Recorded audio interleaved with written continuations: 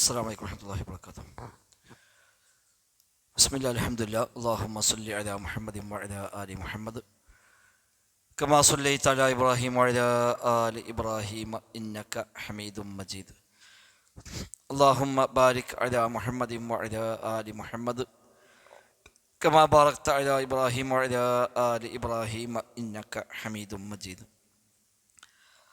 أما بعد فإن خير الكلام كلام الله وخير السنن سنن محمد صلى الله عليه وسلم وشر الأمور محدثاتها وكل محدثة بدعة وكل بدعة ضلالة وكل ضلالة في النار.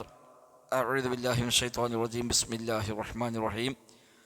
يا أيها الذين آمنوا اتقوا الله حق تقاته ولا تموتن إلا وأنتم مسلمون. ബഹുമാന്യരായ വിശ്വാസികളെ, വിശ്വാസിനികളെ, റഹ്മാനായ റബ്ബ് സുബ്ഹാനഹു വ തആലയുടെ നിയമ നിർദ്ദേശങ്ങൾ കഴിവിൻ്റെ പരമാവധി ജീവിതത്തിൽ പാലിക്കുവാൻ പരിശ്രമിച്ചുകൊണ്ട് മുത്തഖീങ്ങളായി ജീവിക്കണേ എന്ന് പ്രത്യേകമായി ഓർമ്മപ്പെടുത്തുകയാണ്. അല്ലാഹു സുബ്ഹാനഹു വ തആല നമുക്കെല്ലാം തൗഫീഖ് പ്രദാനം ചെയ്യുമാറാവട്ടെ. ജീവിതത്തിലെ എല്ലാ മേഖലയിലും അല്ലാഹു സുബ്ഹാനഹു വ തആല ഖൈറും ബറക്കത്തുമെല്ലാം നമ്മിതെല്ലാം ധാരാളമായി വർഷിക്കുമാറാവട്ടെ. നമ്മുടെ സമ്പത്തിൽ, കുടുംബത്തിൽ, ആരോഗ്യത്തിൽ, ആയുസ്സെല്ലാം അല്ലാഹു സുബ്ഹാനഹു വ തആല ബറക്കത്ത് നൽകുമാറാവട്ടെ. രോഗികളായി കഴിയുന്ന ഒരുപാട് ആളുകൾ പ്രാർത്ഥിക്കാനായി വസിയത്ത് ചെയ്തവരുണ്ട്. അല്ലാഹു സുബ്ഹാനഹു വ തആല അവർക്കെല്ലാം ശിഫ പ്രദാനം ചെയ്യുമാറാവട്ടെ. അനുഭവിക്കുന്ന വേദനക്ക് റബ്ബ് സുബ്ഹാനഹു വ തആല അവർക്കെല്ലാം തക്കതായ പ്രതിഫലം നൽകുമാറാവട്ടെ. നമ്മിൽ നിന്ന് മരണപ്പെട്ടു പോയ മാതാപിതാക്കളും ബന്ധുമിത്രാദികളും അല്ലാത്തവരുമായ ധാരാളം സഹോദരി സഹോദരങ്ങൾ റബ്ബ് സുബ്ഹാനഹു വ തആല എല്ലാവർക്കും മഗ്ഫിറത്തും മർഹമത്തും നൽകി അനുഗ്രഹിക്കുമാറാവട്ടെ. എപ്പോൾ ഏത് സമയത്ത് ഇവിടെ വെച്ച് മരിക്കേണ്ടി വന്നാലും ലാ ഇലാഹ ഇല്ലല്ലാഹ് ഉച്ചരിച്ചുകൊണ്ട് ഈമാനോടെ മരിക്കുന്ന മഹാഭാഗ്യവാന്മാരിൽ റബ്ബ് സുബ്ഹാനഹു വ തആല നമ്മെയും കുടുംബത്തെയും എല്ലാം ഉൾപ്പെടുത്തി അനുഗ്രഹിക്കുമാറാവട്ടെ.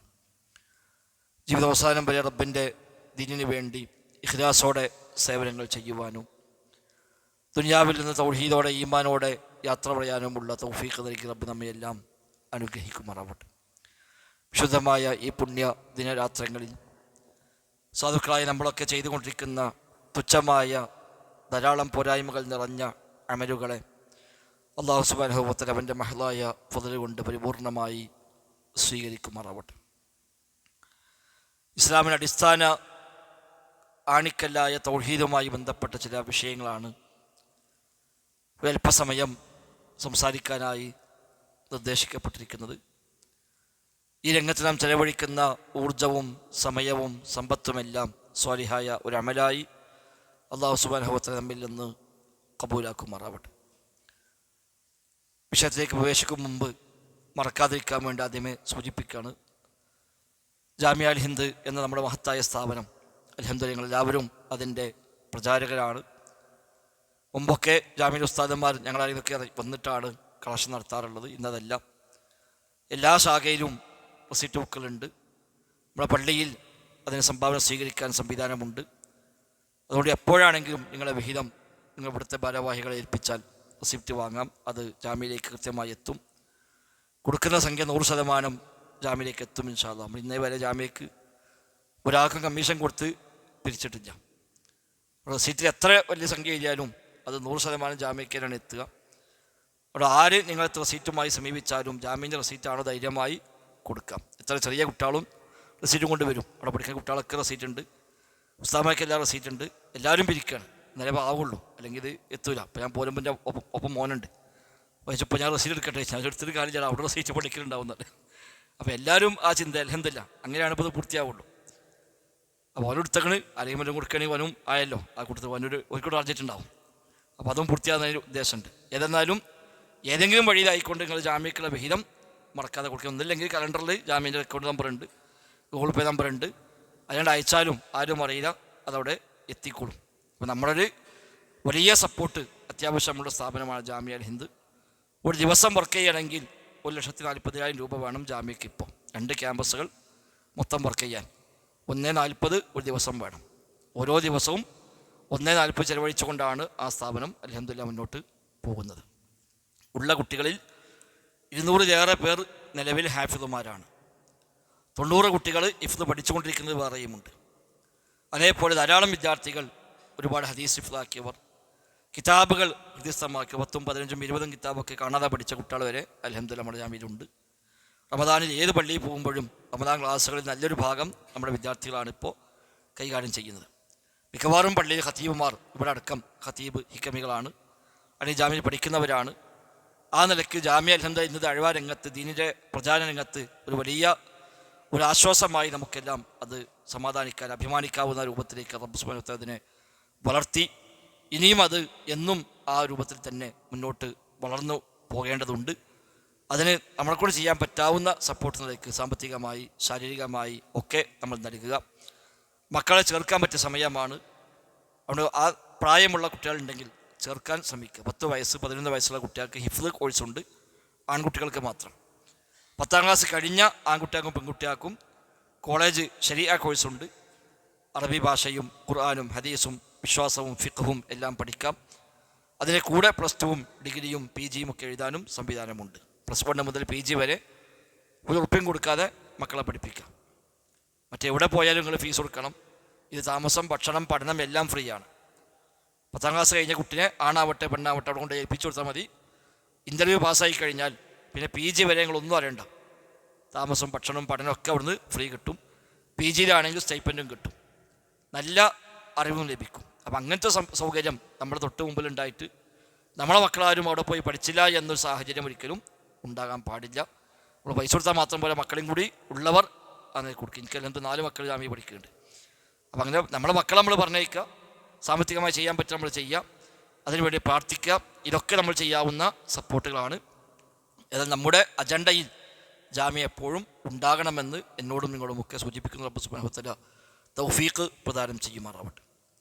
റഹ്മാനായ റബ്ബിനെ മാത്രം ആശ്രയിക്കുന്ന, അവനെ മാത്രം ആരാധിക്കുന്ന, അവനെ മാത്രം അവലംബിക്കുന്നവരായി മാറുക എന്നതാണ് തൗഹീദിൻ്റെ അടിസ്ഥാനം.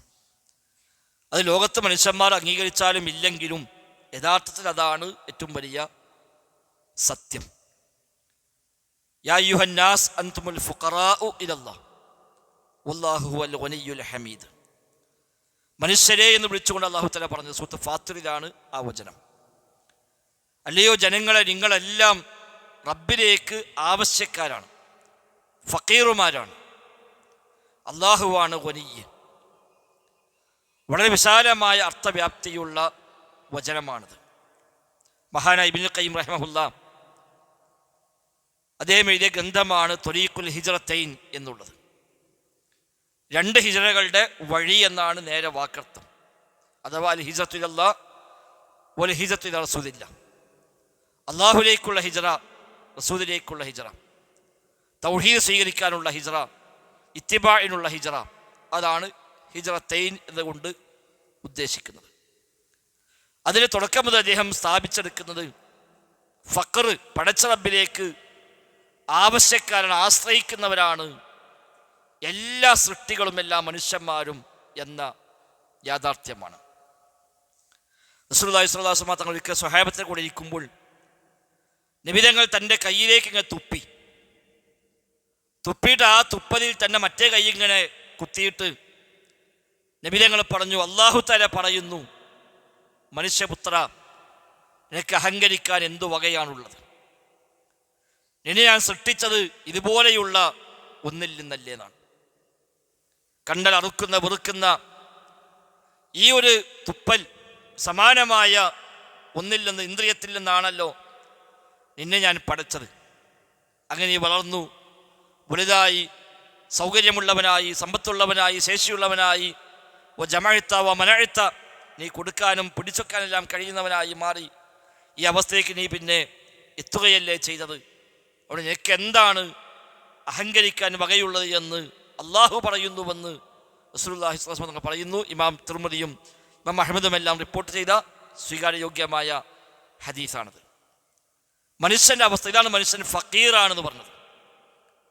എന്തുകൊണ്ട് നമ്മൾ ഫക്കീറാണ്? പടച്ച റബ്ബിനെ ആശ്രയിക്കുന്നവരാണ് നമ്മൾ. നമ്മളൊക്കെ അത് പെട്ടെന്ന് ആലോചിക്കുക.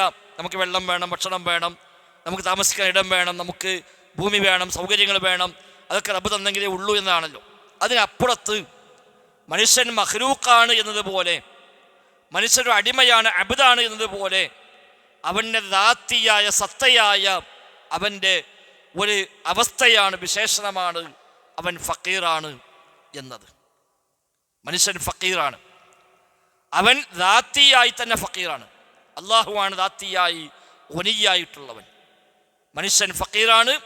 വല്ലാഹു ഹുവൽ ഗനിയ്യുൽ ഹമീദ്. അള്ളാഹുവാണ് ഗനിയ്യ്, അവനാണ് ഹമീദ്.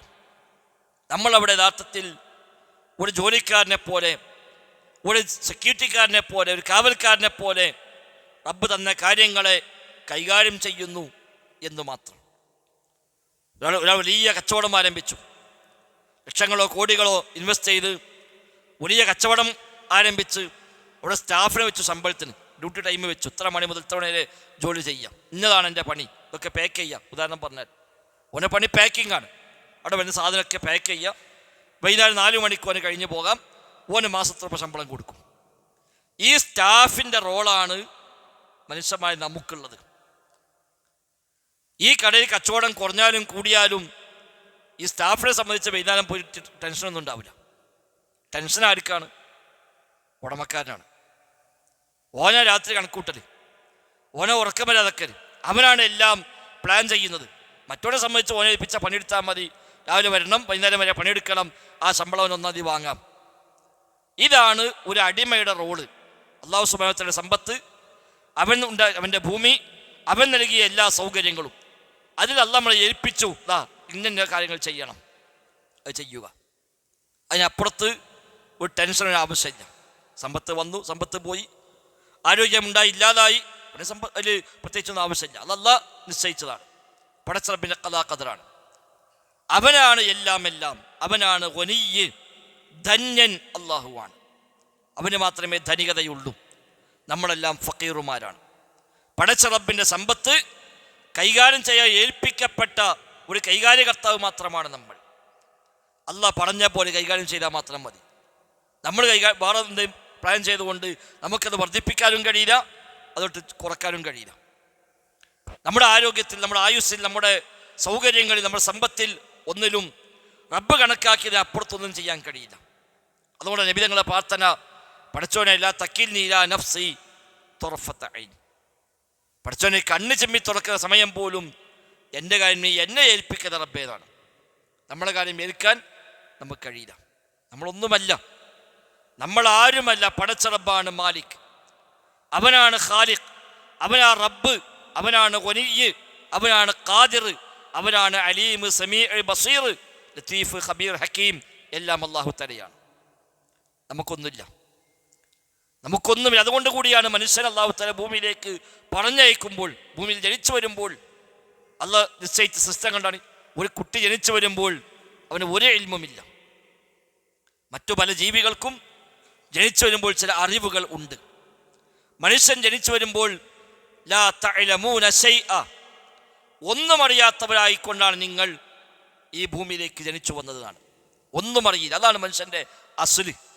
ഒരു അറിവുമില്ലാത്തവൻ, ഒരു കഴിവുമില്ലാത്തവൻ, ഒന്നും അറിയില്ല. ഉമ്മാനും വാപ്പാനും പോലും അറിയില്ല. ഒരു മനുഷ്യൻ ജനിച്ചു വരുന്ന സമയത്ത് ഒരു കഴിവുമില്ല, ഒന്നും ചെയ്യാൻ കഴിയില്ല.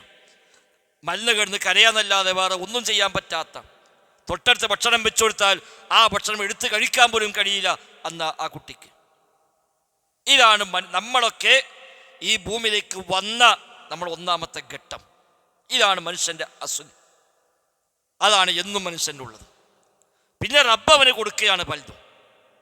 റബ്ബ് അവനെങ്ങനെ വളർത്തിക്കൊണ്ടുവന്ന് ഓൻ ആരോഗ്യം നൽകി, സമ്പത്ത് നൽകി, സൗകര്യം നൽകി, അറിവ് നൽകി, കഴിവ് നൽകി ഓരങ്ങ് വളർത്തിക്കൊണ്ട് ഇതൊക്കെ വലുതായി വരുമ്പോൾ അള്ളാഹിനെ തള്ളിക്കളയുന്ന, റബ്ബിനെ പരിഹസിക്കുന്ന, അവനിൽ പങ്കു ചേർക്കുന്ന, റബ്ബില്ലെന്ന് പറയുന്ന, നിഷേധിക്കുന്ന ആളുകൾ. നബി തങ്ങൾ പറഞ്ഞു, ഒരാളും തന്നെ ഇല്ല അസ്ബറു അലാ അദൻ യസ്മഉഹു മിനല്ലാഹി സുബ്ഹാനഹു വ തആല, കേൾക്കുന്ന, അനുഭവിക്കുന്ന, കേൾപ്പിക്കുന്ന പീഡനങ്ങളുടെ പേരിൽ ക്ഷമാലുവായി ആരും തന്നെ ഇല്ല പടച്ച റബ്ബിനേക്കാളേറെ. ആളുകൾ പടച്ച റബ്ബിനെ കുറ്റം പറയുന്നു, അള്ളാഹ് നിഷേധിക്കുന്നു, അവന് മക്കളുണ്ടെന്ന് പറയുന്നു, അവന് പങ്കുകാരുണ്ടെന്ന് പറയുന്നു, എന്നിട്ടും അല്ലാഹു തആല അവർക്ക് റിസ്ക് നൽകുന്നു, അവർക്ക് ആഫിയത്ത് നൽകുന്നു. വേറെ ആരാ അങ്ങനെ ചെയ്യാം? നമ്മളെമ്പാടും ചീത്ത ഒരുത്തന് നമ്മൾ വാരിക്കോരി കൊടുക്കുമോ? ഇല്ലല്ലോ. നമ്മെ നിഷേധിച്ചവൻ, നമ്മെപ്പറ്റി അപരാധം പറഞ്ഞവൻ ഒരു നമ്മളെല്ലാം ചെയ്തു കൊടുക്കും പിന്നെ വല്ലതും. പക്ഷെ പടച്ച റബ്ബിനെ ആക്ഷേപിക്കുന്നവൻ, പടച്ച റബ്ബിനെ നിഷേധിക്കുന്നവൻ, അല്ലാഹ് ഇല്ലാ സ്ഥാപിക്കാൻ വേണ്ടി മണിക്കൂർ പ്രസംഗിക്കുന്നവൻ, ഓനെ പ്രസംഗിക്കാൻ ആവശ്യമായ ആരോഗ്യം കൊടുത്തവനും അല്ലാഹ് തന്നെയാണ്. ഇടയ്ക്ക് ക്ഷീണിക്കുമ്പോൾ വെള്ളം കുടിച്ചാൽ ആ വെള്ളം നൽകിയതും പഠിച്ചവൻ തന്നെയാണ്. അത് കുടിക്കാൻ ആവശ്യമായ സംവിധാനം കൊടുത്ത അല്ലാഹയാണ്. അത് കുടിച്ചാൽ ദാഹം മാറാനുള്ള സിസ്റ്റം ഉണ്ടാക്കിയ അല്ലാഹു തആലയാണ്. പടച്ച റബ്ബിനേക്കാൾ ക്ഷമയുള്ള മറ്റാരുമില്ല എന്ന് റസൂലുള്ളാഹി സ്വല്ലല്ലാഹു അലൈഹി വസല്ലമ. പടച്ച റബ്ബിനെ അറിയുക എന്ന തൗഹീദിന്റെ അടിസ്ഥാനം. ഒരാൾ തൗഹീദിലേക്ക് മടങ്ങണമെങ്കിൽ അടിസ്ഥാനമായി മനസ്സിലാക്കേണ്ട രണ്ട് കാര്യം അറിയുക. ഒന്ന് അല്ലാഹനെ അറിയുക, രണ്ട് സ്വന്തത്തെ അറിയുക. രണ്ട് മഅരിഫ. തൗഹീദ് ശരിയാവണമെങ്കിൽ രണ്ട് അറിവുകൾ വേണം. ഒന്ന് മഅരിഫത്തുൽ അബ്ദി റബ്ബഹു വ മഅരിഫത്തുൽ അബ്ദി നഫ്സഹു. ഒരു അടിമ റബ്ബിനെ അറിയുക. ആരാ അല്ലാഹ്? അതെങ്ങനെ അറിയാം? അല്ലാഹനെ അറിയാൻ നമുക്കുള്ള ഏകമാർഗം പടച്ച റബ്ബിൽ നിന്ന് ലഭിക്കുന്ന വഹ്യുകൾ മാത്രമാണ്. അല്ലാതെ നമുക്കൊന്നും അറിയില്ല. അല്ലാഹനെ പറ്റി അറിയാൻ അല്ലാഹന്റെ വഹ്യ് മാത്രം. റബ്ബിനെ കുറിച്ച് അറിയുന്നവർ ഒന്ന് അല്ലാഹുവാണ്, രണ്ട് അവൻ്റെ റസൂലുമാരാണ്. അല്ലാഹു തആല അയച്ച വഹ്യ് നൽകി നിയോഗിച്ച റസൂലുമാർ അവരാ വഹ്യ് പ്രകാരം പറയും. അതിൽ തെറ്റുപറ്റൂല. അല്ലാഹനെ പറ്റി അല്ലാഹ് പറഞ്ഞാൽ 100% ശരിയാണ്. റസൂലുമാർ വല്ലതും പറഞ്ഞാൽ 100% ശരിയാണ്. അല്ലാതെ ആരല്ലാഹനെ പറ്റി പറഞ്ഞാലും അതൊന്നും ശരിയാകണമെന്നില്ല. അതുകൊണ്ട് അല്ലാഹ് പറഞ്ഞു, അല്ലാഹനെ പറ്റി മുശ്രിക്കീങ്ങൾ പലതും പറഞ്ഞുണ്ടാക്കി. അതെല്ലാം പരാമർശിച്ച് അല്ലാഹ് പറഞ്ഞു, സുബ്ഹാന റബ്ബിക റബ്ബിൽ ഇസ്സത്തി അമ്മാ യസിഫൂൻ വസലാമുൻ അലൽ മുർസലീൻ. അല്ലാഹനെ പറ്റി അവർ പറഞ്ഞുണ്ടാക്കുന്ന എന്തെല്ലാം ഉണ്ടോ അതിൽ നിന്നെല്ലാം അല്ലാഹു പരിശുദ്ധനാകുന്നു. അമ്മാ യസിഫൂൻ, അവർ വിശേഷിപ്പിക്കുന്ന കാര്യങ്ങളിൽ നിന്ന് അല്ലാഹു സുബ്ഹാനഹു വ തആല പരിശുദ്ധനാകുന്നു. വസലാമുൻ അലൽ മുർസലീൻ, മുർസലീങ്ങളുടെ മേൽ സലാം, അവർക്ക് സുരക്ഷയുണ്ട്, സമാധാനമുണ്ട്. കാരണം മുർസലീങ്ങൾ റബ്ബ് നിയോഗിച്ചവരാണ്, അല്ലാഹുവിന്റെ വഹ്യ് പ്രകാരം സംസാരിക്കുന്നവരാണ്. അതുകൊണ്ട് ആ മുർസലീങ്ങൾ അല്ലാഹുവിനെ പറ്റി എന്തു പറഞ്ഞാലും അത് തെറ്റൂല. ദീനിനെ പറ്റി മുർസലീങ്ങൾ എന്തു പറഞ്ഞാലും തെറ്റൂല. റബ്ബ് എന്തു പറഞ്ഞാലും തെറ്റുകയില്ല. ബാക്കി അവനാൻ്റെ യുക്തി കൊണ്ടും അവനാൻ്റെ ബുദ്ധി കൊണ്ടും ആലോചിച്ചുണ്ടാക്കി അല്ലാഹുവിനെ പറ്റി പറഞ്ഞാൽ സുബ്ഹാന റബ്ബിക് റബ്ബിൽ ഇസ്സത്തി അമ്മാ യസിഫൂൻ, റബ്ബിനെ കുറിച്ച് അവരൊക്കെ പറഞ്ഞുണ്ടാക്കുന്ന എന്തെല്ലാം ഉണ്ടോ അതിൽ നിന്നെല്ലാം പടച്ച റബ്ബ് ഏറെ പരിശുദ്ധനാകുന്നു. അതുകൊണ്ട് ശിർക്ക് പറഞ്ഞപ്പോഴൊക്കെ അല്ലാഹ് പഴയ സത്യം പ്രയോഗിച്ച പ്രയോഗം അതാണ്, തആല അല്ലാഹു അമ്മാ യുശ്രികൂൻ. അവരെ പങ്കു ചേർക്കുന്നതിൽ നിന്നൊക്കെ പടച്ച റബ്ബ് എത്രയോ ഉന്നതനാകുന്നു. അപ്പൊ അല്ലാഹനെ അറിയുക, മനുഷ്യനെയും അറിയുക. എന്നാ പിന്നെ തൗഹീദ് പഠിയാൻ പോകണമെന്ന് ആവശ്യമില്ല. അപ്പൊ പിന്നെ അല്ലാഹുവിനോട് തുല്യപ്പെടുത്താൻ ആരും തയ്യാറാവില്ല. റബ്ബിന് മക്കളുണ്ട് പറയാൻ തയ്യാറാവില്ല. റബ്ബിനെ നിഷേധിക്കാൻ തയ്യാറാവുകയില്ല. റബ്ബിൻ്റെ എന്തെങ്കിലും ഒന്നിനെ നിഷേധിക്കാൻ വ്യാഖ്യാനിക്കാൻ ഒരൊട്ട് സന്നദ്ധമാവുകയുമില്ല. അല്ലാഹും റസൂലും അല്ലാഹനെ പറ്റി എന്തൊക്കെ പറഞ്ഞോ അത് അംഗീകരിക്കുക. റബ്ബിനെ അറിയുക. റബ്ബിനെ അറിയാൻ ഒന്ന് അവിടെ നാമങ്ങളും ഗുണങ്ങളും വിശേഷങ്ങളുമാണ്. റബ്ബിനെ കണക്കില്ലാത്ത നാമങ്ങളുണ്ട്. എത്ര പേരുണ്ട് എന്ന് അല്ലാഹ്ക്ക് മാത്രമേ ഉള്ളൂ, മറ്റാർക്കും അറിയില്ല. ഒരടിമക്കും അറിയില്ല റബ്ബിൻ്റെ മൊത്തം പേരുകളുടെ എണ്ണം വർദ്ധിക്കുക എന്നുള്ളത് മഹത്വം വർദ്ധിക്കുന്നതിന് അടയാളമാണ്.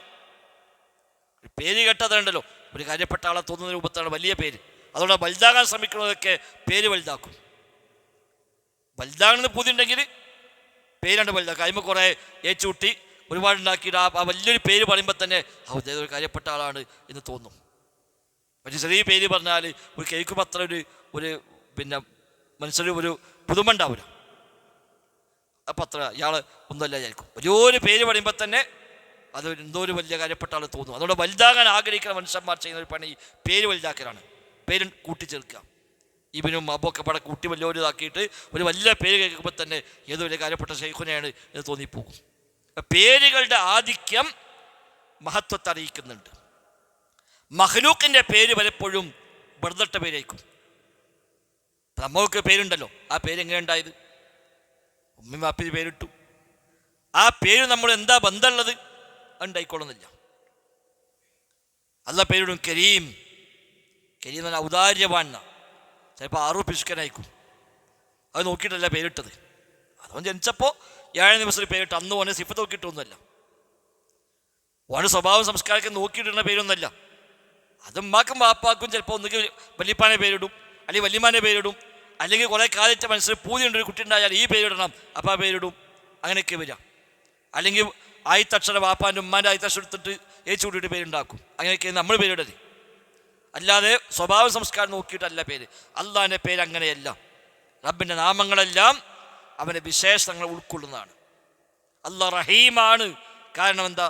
അള്ളാഹ്ക്ക് റഹ്മത്തുണ്ട്. അള്ളാഹ് റഹ്മത്തുള്ളവൻ, അതുകൊണ്ട് റഹീം. റഹ്മാൻ അലീമാണ്, കാരണം ഇൽമുണ്ട്. നമുക്കതല്ല. നമ്മളിപ്പോൾ ആലിമാണ് പറയും, ഒരു ഇൽമുണ്ടാവില്ല. ജാഹിലാന്ന് പറയും, ചിലപ്പോൾ ജാഹിലായിരിക്കൂല. മഖ്ലൂക്കിൻ്റെ സൃഷ്ടികളെ പേര്, ആ പേരും അവൻ്റെ യാഥാർത്ഥ്യം തമ്മിൽ യോജിക്കണമെന്നില്ല. അവിടെ പേര് മാറ്റണത് ചിലപ്പോൾ കുറച്ച് കുട്ടികളെ പേര് നമ്മൾ മാറ്റും. 5 കൊല്ലം കഴിയുമ്പോൾ 10 കൊല്ലം കഴിയുമ്പോൾ സ്കൂളിൽ ചേർക്കുമ്പോഴൊക്കെ പേര് മാറ്റും. അതെന്താ? ആ പഴയ പേര് അവിടെ സ്വഭാവമായിട്ട് ഒക്കണില്ല, അതോട് മാറ്റുക എന്നുള്ളതല്ല. അത് കേൾക്കാൻ വലിയ രസമില്ല, അല്ലെങ്കിൽ അർത്ഥത്ര ശരിയല്ല. അന്നങ്ങോട്ട് പിന്നെയാണ് മനസ്സിലായത് നമുക്ക് ആ പേര് മാറ്റുക എന്നറിയും. നമുക്ക് പേര് മാറ്റാൻ പറ്റും, അള്ളാഹിൻ്റെ പേര് മാറ്റാൻ കഴിയൂല. റബ്ബിൻ്റെ നാമങ്ങൾ വെറുതെ ഉണ്ടായ നാമങ്ങളല്ല. അവൻ്റെ നാമങ്ങളെല്ലാം അവൻ്റെ വിശേഷണങ്ങൾ ഉൾക്കൊള്ളുന്ന, വിശേഷങ്ങൾ അറിയിക്കുന്ന നാമങ്ങളാണ്. അല്ലാഹ് ഹക്കീമാണ്, സമീ ആണ്, ബസീറാണ്, അലീമാണ്, ഖദീറാണ് എന്നൊക്കെ പറഞ്ഞാൽ അവൻ്റെ ഹിക്മത്ത്, സംഅ്, ബസർ, ഇൽമ് തുടങ്ങിയ വിശേഷണങ്ങളെ അത് അറിയിക്കുന്നുണ്ട്. വിശേഷണമില്ലാത്ത പേര് പടച്ച റബ്ബിനില്ല. അതുകൊണ്ട് ഹൽ തഅലമു ലഹു സമീയ, അള്ളാഹിനോട് പേരൊക്കുന്നവനെ നിനക്കറിയുമോ എന്ന് സൂറത്ത് മറിയമിൽ അള്ളാഹു തആല ചോദിക്കുന്നുണ്ട്. പേരൊക്കുന്ന ആരുമില്ല. നമ്മോട് പേരൊക്കുന്ന ഇഷ്ടംപോലെ മനുഷ്യന്മാർ വേറെ ഉണ്ടാവും. നമ്മൾ പേരുണ്ടെങ്കിൽ അതേ പേരിൽ എത്രയോ ആളുകൾ ലോകത്തുണ്ടാവുമല്ലോ. പേരിൽ ഒക്കുന്നവർ നമുക്ക് പലരുമുണ്ട്. നമ്മളതേ പേരുള്ള ആൾ, നമ്മളതേ ഉൽപ്പുള്ള ആളൊക്കെ ഉണ്ടാവും. പേരും ഉൽപ്പം ഒന്നാണ്, വാപ്പാൻ്റെ പേരും ഒന്ന് തന്നെയാണ്. അതൊക്കെ വരാം. ഒരേ അഡ്രസ്സിൽ പല ആളുകളുണ്ടാവും. എന്തെങ്കിലും ചെറിയ വ്യത്യാസം ഉണ്ടാവുള്ളൂ. പടച്ച റബ്ബിനോട് പേരിൽ ഒക്കുന്ന ആരുമില്ല.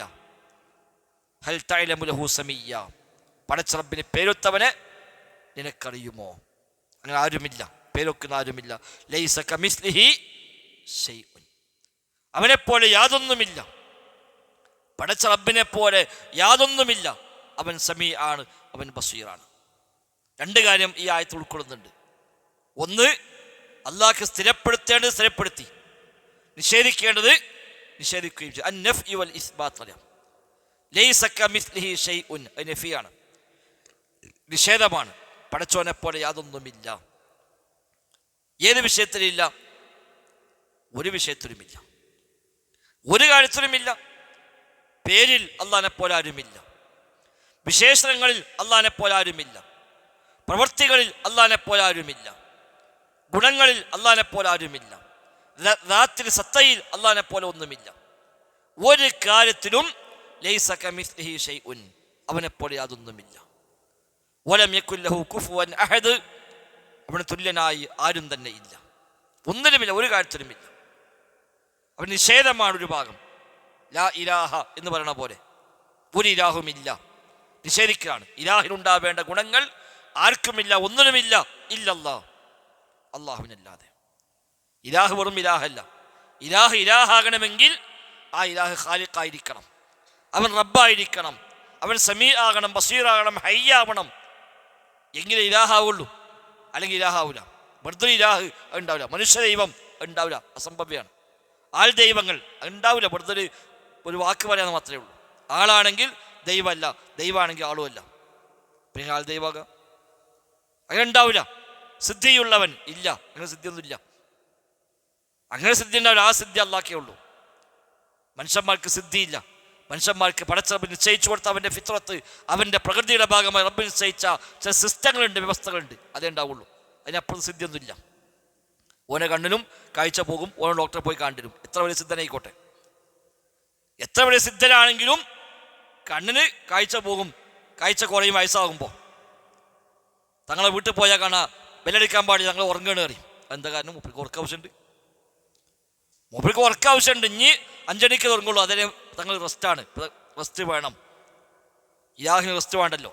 ലാ തഖുദുഹു സിനത്തും വലാ നൗം, ഉറക്കമില്ല, മയക്കമില്ല. ഹയ്യാണ്, ഖയ്യൂമാണ്, എന്നെന്നും ജീവിച്ചിട്ടുള്ളവനാണ്, എപ്പോഴും ജീവിച്ചിട്ടുള്ളവനാണ്, എല്ലാം നിയന്ത്രിക്കുന്നവനാണ്. മറ്റാരും ഹയ്യല്ല. ഹയ്യായവൻ അള്ളാഹു മാത്രം. അതുകൊണ്ടാണ് ജീവിച്ച എല്ലാവർക്കും മരണം അള്ളാഹു തആല നിശ്ചയിച്ചത്. മരിക്കാത്ത ആരുമില്ല. കുല്ലു മൻ അലൈഹാ ഫാൻ വയബ്ഖാ വജ്ഹു റബ്ബിക ദുൽ ജലാലി വൽ ഇക്റാം. എല്ലാം നശിക്കും, നശിക്കാത്ത ഒന്നുമില്ല, മരിക്കാത്ത ആരുമില്ല. മലക്കുൽ മൗത്ത് വരെ മരിക്കുന്നതാണ്. മലക്കുൽ മൗത്ത് വരെ മരിക്കും. എല്ലാവരും റൂഹും പിടിച്ചു കഴിഞ്ഞിട്ട് മലക്കുൽ മൗത്ത് റബ്ബിനെ കണ്ട് വരുന്ന രംഗം ഇബ്നു അബീ ദുനിയ റിപ്പോർട്ട് ചെയ്യുന്ന ഹദീസിൽ കാണാം. ഇമാം ഇബ്നു കസീർ റഹിമഹുല്ലാഹ് തഫ്സീറിൽ സൂറത്തുൽ സുമറിൽ അത് രേഖപ്പെടുത്തിയിട്ടുണ്ട്. വനുഫിഖ ഫിസ്സൂരി ഫസഇഖ മൻ ഫിസ്സമാവാതി വമൻ ഫിൽ അർളി ഇല്ലാ മൻ ഷാ അല്ലാഹ് എന്ന ആയത്തിന്റെ വ്യാഖ്യാനത്തിൽ ഇബ്നു കസീർ റഹിമഹുല്ലാഹ് ഈ ഹദീസ് കൊണ്ടുവരുന്നുണ്ട്. സൂറിൽ ഊതപ്പെട്ട് കഴിഞ്ഞാൽ ആകാശങ്ങളിലും ഭൂമിയിലുമുള്ള എല്ലാവരും മരണപ്പെടും, എല്ലാവരും ബോധരഹിതരായി വീഴും, എല്ലാവരും മരിക്കും. സൂറിലെ ഒന്നാമത്തെ ഊത്ത് ഇല്ലാ മൻ ഷാ അല്ലാഹ്, അള്ളാഹു ഉദ്ദേശിച്ചവർ ഒഴികെ. സൂറിൽ ആദ്യമായി ഊതുമ്പോൾ എല്ലാവരും മരിക്കുന്നു, ഇല്ലാ മൻ ഷാ അല്ലാഹ്, അള്ളാഹു ഉദ്ദേശിച്ചവർ ഒഴികെ. അപ്പം എന്താ അർത്ഥം? അള്ളാഹു ഉദ്ദേശിച്ച ആരോ ചിലർ മരിക്കാതെ അപ്പം ബാക്കിയാവുന്ന കിട്ടി ഈ ആയത്തുനിന്ന്.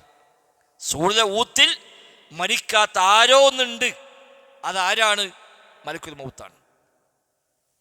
കാരണം സൂറിൽ ഊതുമ്പോഴും കോടാനുകോടി മനുഷ്യന്മാരുടെ റൂഹ് പിടിക്കുന്ന പണി അപ്പോഴും മലക്കുൽ മൗത്തിലാണ്. അത് കഴിഞ്ഞ് എല്ലാ റൂഹും പിടിച്ചു കഴിഞ്ഞാൽ മലക്കുൽ മൗത്ത് മാത്രം ബാക്കിയാവും. റിപ്പോർട്ടിൽ ജിബ്രീലും മീകായിലും ഇസ്രാഫീലും മലക്കുൽ മൗത്തും ബാക്കിയാവുമെന്ന് കാണാൻ പറ്റും. അല്ലാഹു അഅലം. ഇസ്രാഫീലാണ് ഊതുന്നത്.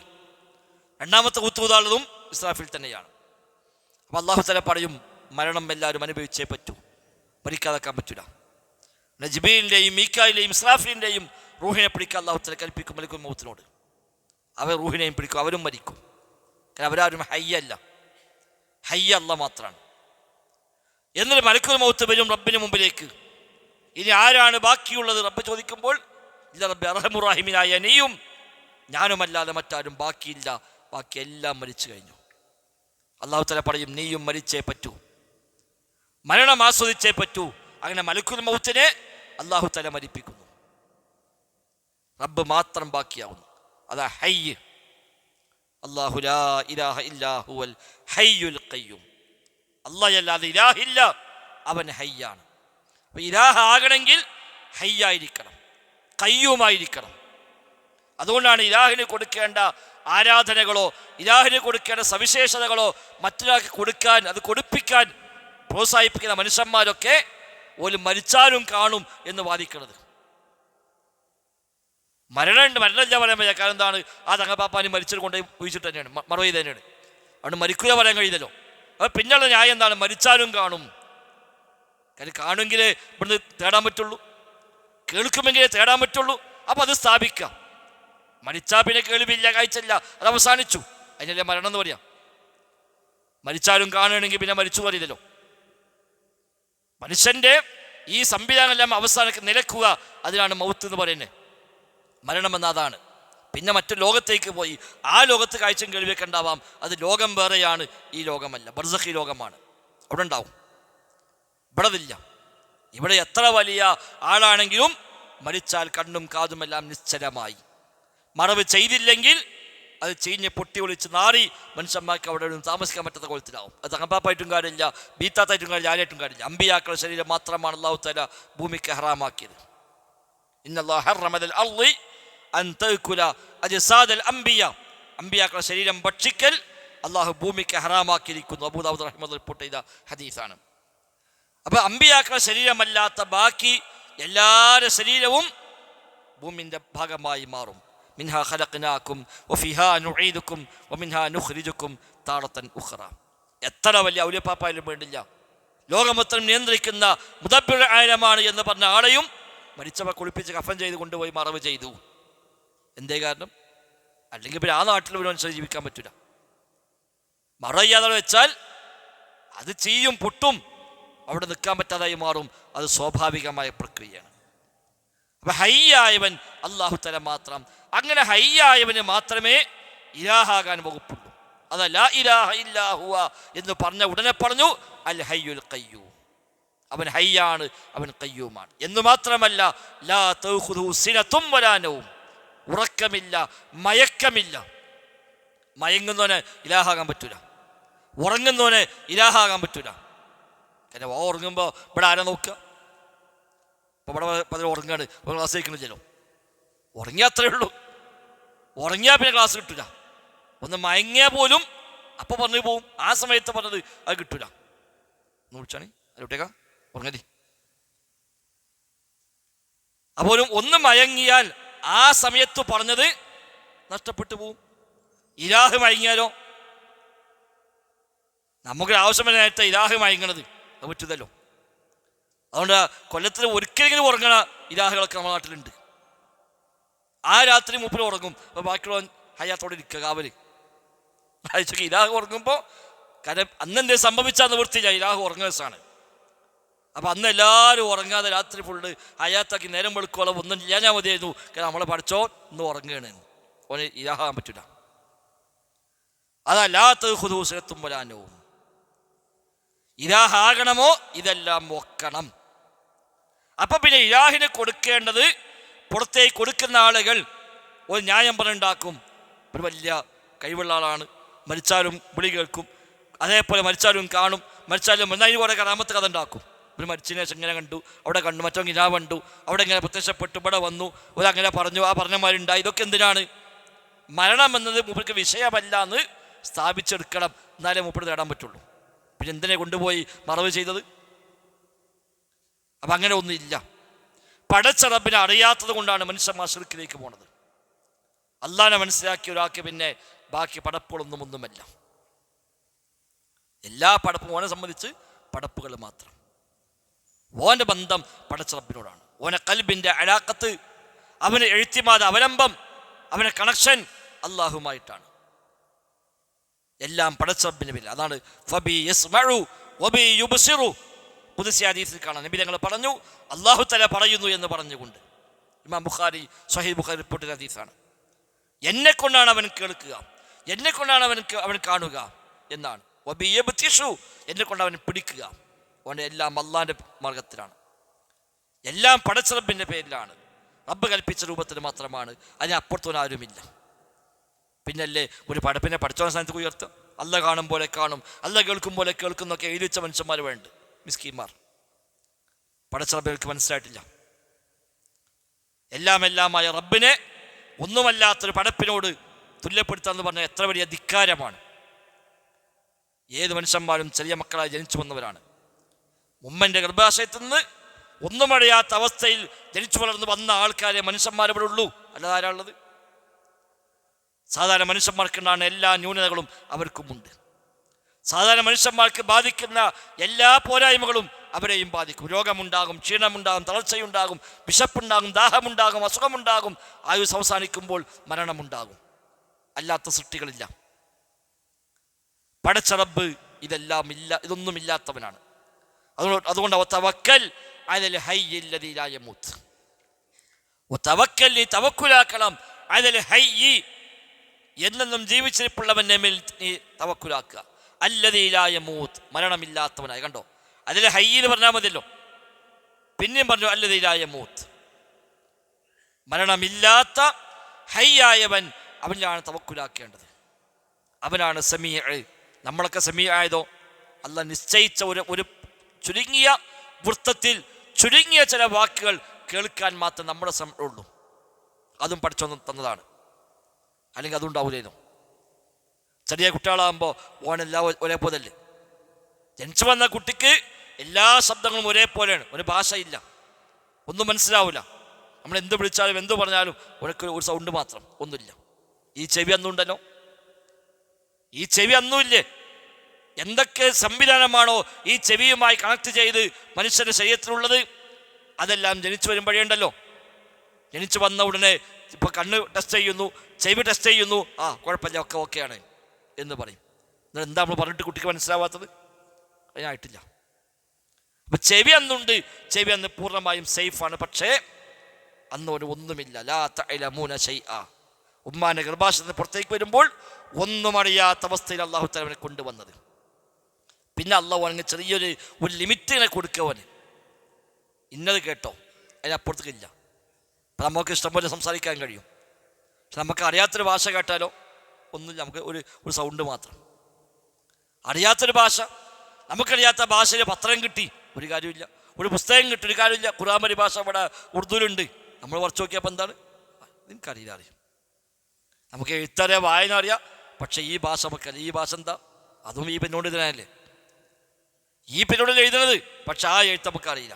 അല്ലദീ അല്ലമ ബിൽ ഖലം, കലമ കൊണ്ട് പഠിപ്പിച്ചവനാകുന്നു അല്ലാഹ്. പഠിപ്പിക്കുമ്പോഴേ പഠിക്കുന്നുള്ളൂ.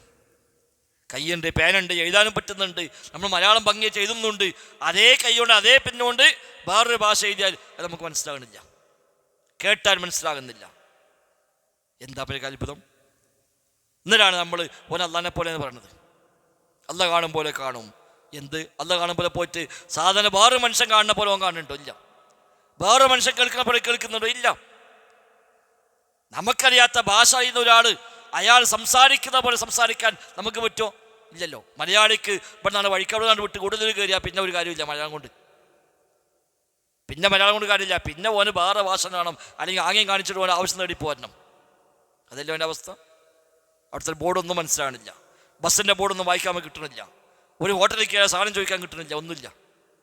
എന്താ അപ്പം നമ്മളത്ര ദുർബലന്മാരാണ്. അപ്പം അല്ല കാണും പോലെ കാണുന്നത് പോട്ടെ, അല്ല കേൾക്കും പോലെ കേൾക്കുന്നത് പോട്ടെ, വേറൊരു മനുഷ്യൻ കാണുന്ന പോലെ കേൾക്കുന്ന പോലെ കാണാനും കേൾക്കാനും പോലും കഴിയാത്ത ദുർബലനാണ് മനുഷ്യൻ. ഒന്നുമല്ലാത്ത അവസ്ഥയിൽ നിന്ന് അല്ല ഓനെങ്ങനെ മെല്ലെ മെല്ലെ വളർത്തിക്കൊടുന്ന് ഓന് ചില പരിമിതമായ ഏരിയയിൽ ചില സൗകര്യങ്ങൾ കൊടുത്തു. അത് അല്ല എപ്പോൾ വേണമെങ്കിലും പിൻവലിക്കുകയും ചെയ്യാം. ഇവിടെ നിന്ന് ഇറങ്ങുമ്പോൾ ഒരു സ്റ്റെപ്പ് തെറ്റിയാൽ മതി, ചവിട്ടുമ്പോൾ ചിലപ്പോൾ അതോട് കഴിയും ഓൻ്റെത്. ഒന്നാണ് ഒരു ചവിട്ട് തെറ്റി, ചെരുപ്പിട്ടപ്പോൾ ഒന്നാണ് പടം മറിഞ്ഞു, അത് മതി, മല്ലടിച്ചാണ് വീണു, ഏതോ മർമ്മത്ത് കൊണ്ടു, പിന്നെ കാലാകാലം ചിലപ്പോൾ അവിടെ കിടക്കേണ്ടി വരും. ഇത്രയേ ഉള്ളൂ എല്ലാ മനുഷ്യന്മാരും. അല്ലാതെ അല്ല കാണും പോലെ കാണുന്ന ആരുമില്ല, അല്ല കേൾക്കും പോലെ കേൾക്കുന്ന ആരുമില്ല. ഭാഷ പ്രശ്നമല്ല, സമയം പ്രശ്നമല്ല, ആരെവിടുന്ന് എപ്പോൾ വിളിച്ചാൽ അതൊക്കെ കാണാനും കേൾക്കാനും അറിയുന്നൊക്കെ ഒരാളെ പറ്റി പറയണമെങ്കിൽ എത്രമാത്രം അഹങ്കാരം വേണം. വല്ലാ നിലത്തീന്നും എന്നെ വിളിപ്പോർക്ക് വായ്പൂടതുത്തീരം ചെയ്യും ഞാനെന്നോ അവർ എന്നൊരു വരി എഴുതാൻ ഒരു മനുഷ്യനെ പറ്റുമോ? അല്ലാതെ പറ്റില്ലാതെ. ഏത് സ്ഥലത്ത് നിന്ന് എന്നെ വിളിച്ചാലും ശരി, വായ പൂടും മുമ്പ് ഉത്തരം ചെയ്യാമെന്ന് മൊയ്തീൻ ഷെയ്ഖ് പറഞ്ഞു എന്നാണ്. മൊയ്തീൻ ഷെയ്ഖ് പറഞ്ഞിട്ടില്ല, നീ പറഞ്ഞിട്ടും അത് നടക്കൂല. നീ മൊയ്തീൻ ഷെയ്ഖ് പറഞ്ഞു വിചാരിക്കുക, എന്നുണ്ടാവുമോ? മൊയ്തീൻ ഷെയ്ഖ് മലയാളം അറിയോ? മൊയ്തീൻ ഷെയ്ഖ് മലയാളം അറിയോ? ഇല്ലല്ലോ. ജീവിതത്തിൽ മുമ്പ് ഇന്ത്യക്ക് വന്നേക്കണോ? കേരളം കണ്ടേക്കണോ? മലപ്പുറം മുമ്പ് എന്ത് മലപ്പുറം, എന്ത് കേരളം? ഒന്നുമില്ല. എന്നിട്ട് ഏത് നാട്ടിൽ നിന്ന് ഏത് ഭാഷയിൽ ആരെപ്പോൾ എന്തിനു വേണ്ടി വിളിച്ചാലും ശരി, അവൻ്റെ ആവശ്യം എന്താണെങ്കിലും, സമയം ഏതാണെങ്കിലും, ഭാഷ ഏതാണെങ്കിലും, ദേശമേതാണെങ്കിലും അതെല്ലാം അറിയാനും കേൾക്കാനും അത് വേർതിരിച്ച് മനസ്സിലാക്കാനും ഒരാവശ്യം അറിയാനും അത് പരിഹരിക്കാനും ഉത്തരം ചെയ്യാനും ഷെയ്ഖിന് കഴിയും എന്നൊരു മുസ്ലിമിന് എഴുതിയേക്കാൻ കഴിയും. എന്നിട്ട് അത് പാടിയിട്ടാണ് അത് വലിയ നാർച്ചപ്പാട്ടായി പുണ്യം ഉള്ള ശറഫാക്കപ്പെട്ട പാട്ടായിട്ട് മുസ്ലിം ഉമ്മത്തെ കൊണ്ടെടുക്കുന്നത്. അതൊന്നുമില്ല, അള്ളാഹിനെ മനസ്സിലാക്കാത്തതുകൊണ്ടാണ്. അതാണ് നബിതങ്ങൾ പറഞ്ഞ വാക്ക്, ഒലാ തക്കിൽനി ഇലാ നഫ്സി തുറഫത്ത ഐൻ. റബ്ബേ, ഒരു കണ്ണ് ചെമ്മി തുറക്കുന്ന സമയം പോലും എൻ്റെ കാര്യം നീ എന്നെ ഏൽപ്പിക്കുന്ന റബ്ബേ. അതാണ് നബിതങ്ങളെ പ്രാർത്ഥന. അതിന് മേലെ ചെല്ലുവൻ ആരും. അള്ളാഹുവാണ് എല്ലാം, റബ്ബിനെ കൊണ്ടാണ് എല്ലാം, നമ്മളൊന്നുമല്ല. നമ്മുടെ കൽബ് പോലും യാ മുഖല്ലിബൽ ഖുലൂബ് സബ്ബിത്ത് ഖൽബി അലാ ദീനിക. റബ്ബേ, കൽബുകളെ മാറ്റിമറിക്കുന്ന റബ്ബേ, എൻ്റെ കൽബ് എൻ്റെ ദീനിൽ ഉറപ്പിക്കുക. ആരാ അത് വായിച്ചത്? നബിതങ്ങളാണ്. മനുഷ്യൻ്റെ കൽബ് റബ്ബിൻ്റെ കയ്യിലാണ്, റബ്ബിൻ്റെ വിരലുകൾക്കിടയിലാണ് മനുഷ്യൻ്റെ കൽബ് എന്ന് നബിതങ്ങൾ പറഞ്ഞു. യുഖല്ലിബുഹാ കൈഫശാ. അല്ലാഹ് ഉദ്ദേശിക്കുന്ന രീതിയിൽ റബ്ബ് കൽബുകളെ മാറ്റിമറിച്ചു കൊണ്ടിരിക്കുന്നു. ഒരു സംസാരം കേട്ടാൽ നമ്മുടെ കൽബിൽ സ്വാധീനം ഉണ്ടാവും. അതാട്ടെ ശരി, ഇനി അങ്ങനെ ആവണം. നേരെ തിരിച്ച് വേറെ പ്രസംഗിക്കുമ്പോഴോ അയാൾ പറഞ്ഞെന്തോ കാര്യമുണ്ടല്ലോ. ഇതാ മനുഷ്യൻ്റെ കൽബ്. അല്ലാഹ് മറിച്ചുകൊണ്ടേയിരിക്കും. അതാണ് മനുഷ്യൻ. അത്രയും ദുർബല. ഇൻസാനു ലഈഫ. മനുഷ്യൻ സൃഷ്ടിക്കപ്പെട്ടത് ദുർബലാവസ്ഥയിലാണ്, ലഈഫായ അവസ്ഥയിലാണ്, വളരെ ദുർബല. എത്ര ദൗർബല്യമുള്ള ഒരു മനുഷ്യൻ ലോകത്ത്, ഒരു ജീവി ലോകത്ത് വേറെ ഇതില്ല, ഒന്നുമില്ല. മറ്റേത് ജീവികൾക്കും സ്വയം രക്ഷയ്ക്ക് ആവശ്യമായ സംവിധാനങ്ങളെങ്കിലും അതിൻ്റെ കൂടെ ഉണ്ട്. മനുഷ്യനെ സംബന്ധിച്ച് ഓരോ ശരീരത്തിൽ പ്രകൃതിയാൽ ഒരായുധമില്ല. അതാ മനുഷ്യൻ. അതുകൊണ്ടല്ലേ രാവിലെ സുബഹിക്ക് വരുമ്പോൾ ചില മനുഷ്യന്മാർ വടിയും കൊണ്ടുവരും. എന്താ കാരണം? നായ്ക്കളുണ്ടാവുന്നു. ഓരെക്കാൾ എത്ര ചെറുതാ നായി, മനുഷ്യരെക്കാൾ എത്രയോ ചെറുതാണ് നായി. എന്നിട്ട് ആ നായിനെ പിടിച്ചവൻ പടിയിച്ച് വരാം. എന്നാൽ ഏതെങ്കിലും നായി ഒരു മനുഷ്യൻ വരണ്ട പിടിച്ചു കാണ്ടി എന്നേ സാധിച്ചു വരണ്ട? ഇല്ല. ഈ നായി വേണ്ട, പൂച്ച മരയൊക്കെ നമ്മളെ മേത്തുക്കൾ ചാടുന്ന തന്നെ നമ്മൾ കഴിഞ്ഞില്ലേ. നായ അവിടെ കേട്ടെ, പൂച്ച ഇങ്ങനെ മേത്തിന് ചാടാൻ തന്നെ അപ്പം നമ്മൾ വേജാറായി പോവും. ഒരു കോഴി കൊത്താൻ വന്നാൽ നമ്മളെ ഊക്കവിടെ കഴിഞ്ഞില്ലേ, വേണ്ട, രാത്രി കിടന്നുറങ്ങുമ്പോൾ ഒരു കൊതുപ്പം കൂടിയാൽ പോലെ. ഒരു കൊതുങ്ങനെ പിന്നാലെ കൂടിയാൽ ഇന്നലെ ഉറങ്ങാൻ പറ്റില്ല. ഒരു കൊതുണ്ടായിട്ട് വല്ലാതെ ഇടങ്ങളായിപ്പോയി. എത്താപ്പോൾ ഇവനും കൊതു എന്ത് വ്യത്യാസമുള്ളത്? ഇത്രയും വലിപ്പമുള്ള ഓനും ഈ നിസ്സാരനായ കൊതുവോ ഒന്നിങ്ങനെ തട്ടിയാൽ ചാകാനേ ഉള്ളൂ. ആ കൊതുവിനെ കൊണ്ട് ഉറങ്ങാൻ പറ്റാതെ കിടക്കണില്ല. എൻ്റെ പല സ്ഥലത്ത് നമുക്ക് പോകുമ്പോൾ ഇന്നലെ ഉറക്കം കിട്ടില്ല. ആ ബസ് സ്റ്റാൻഡിൽ ഭയങ്കര കൊതു. എങ്ങനെയാണ് മനസ്സിലാവും അവിടെ നിൽക്കുക? അറിയും റിലേഷൻഷിപ്പ് പോയി നമുക്കൊക്കെ ഉറങ്ങാൻ കഴിയൂല. ഞാൻ ഉറങ്ങലുണ്ട് വേറെ കാര്യം. അപ്പം അത്രേ ഉള്ളൂ മനുഷ്യൻ.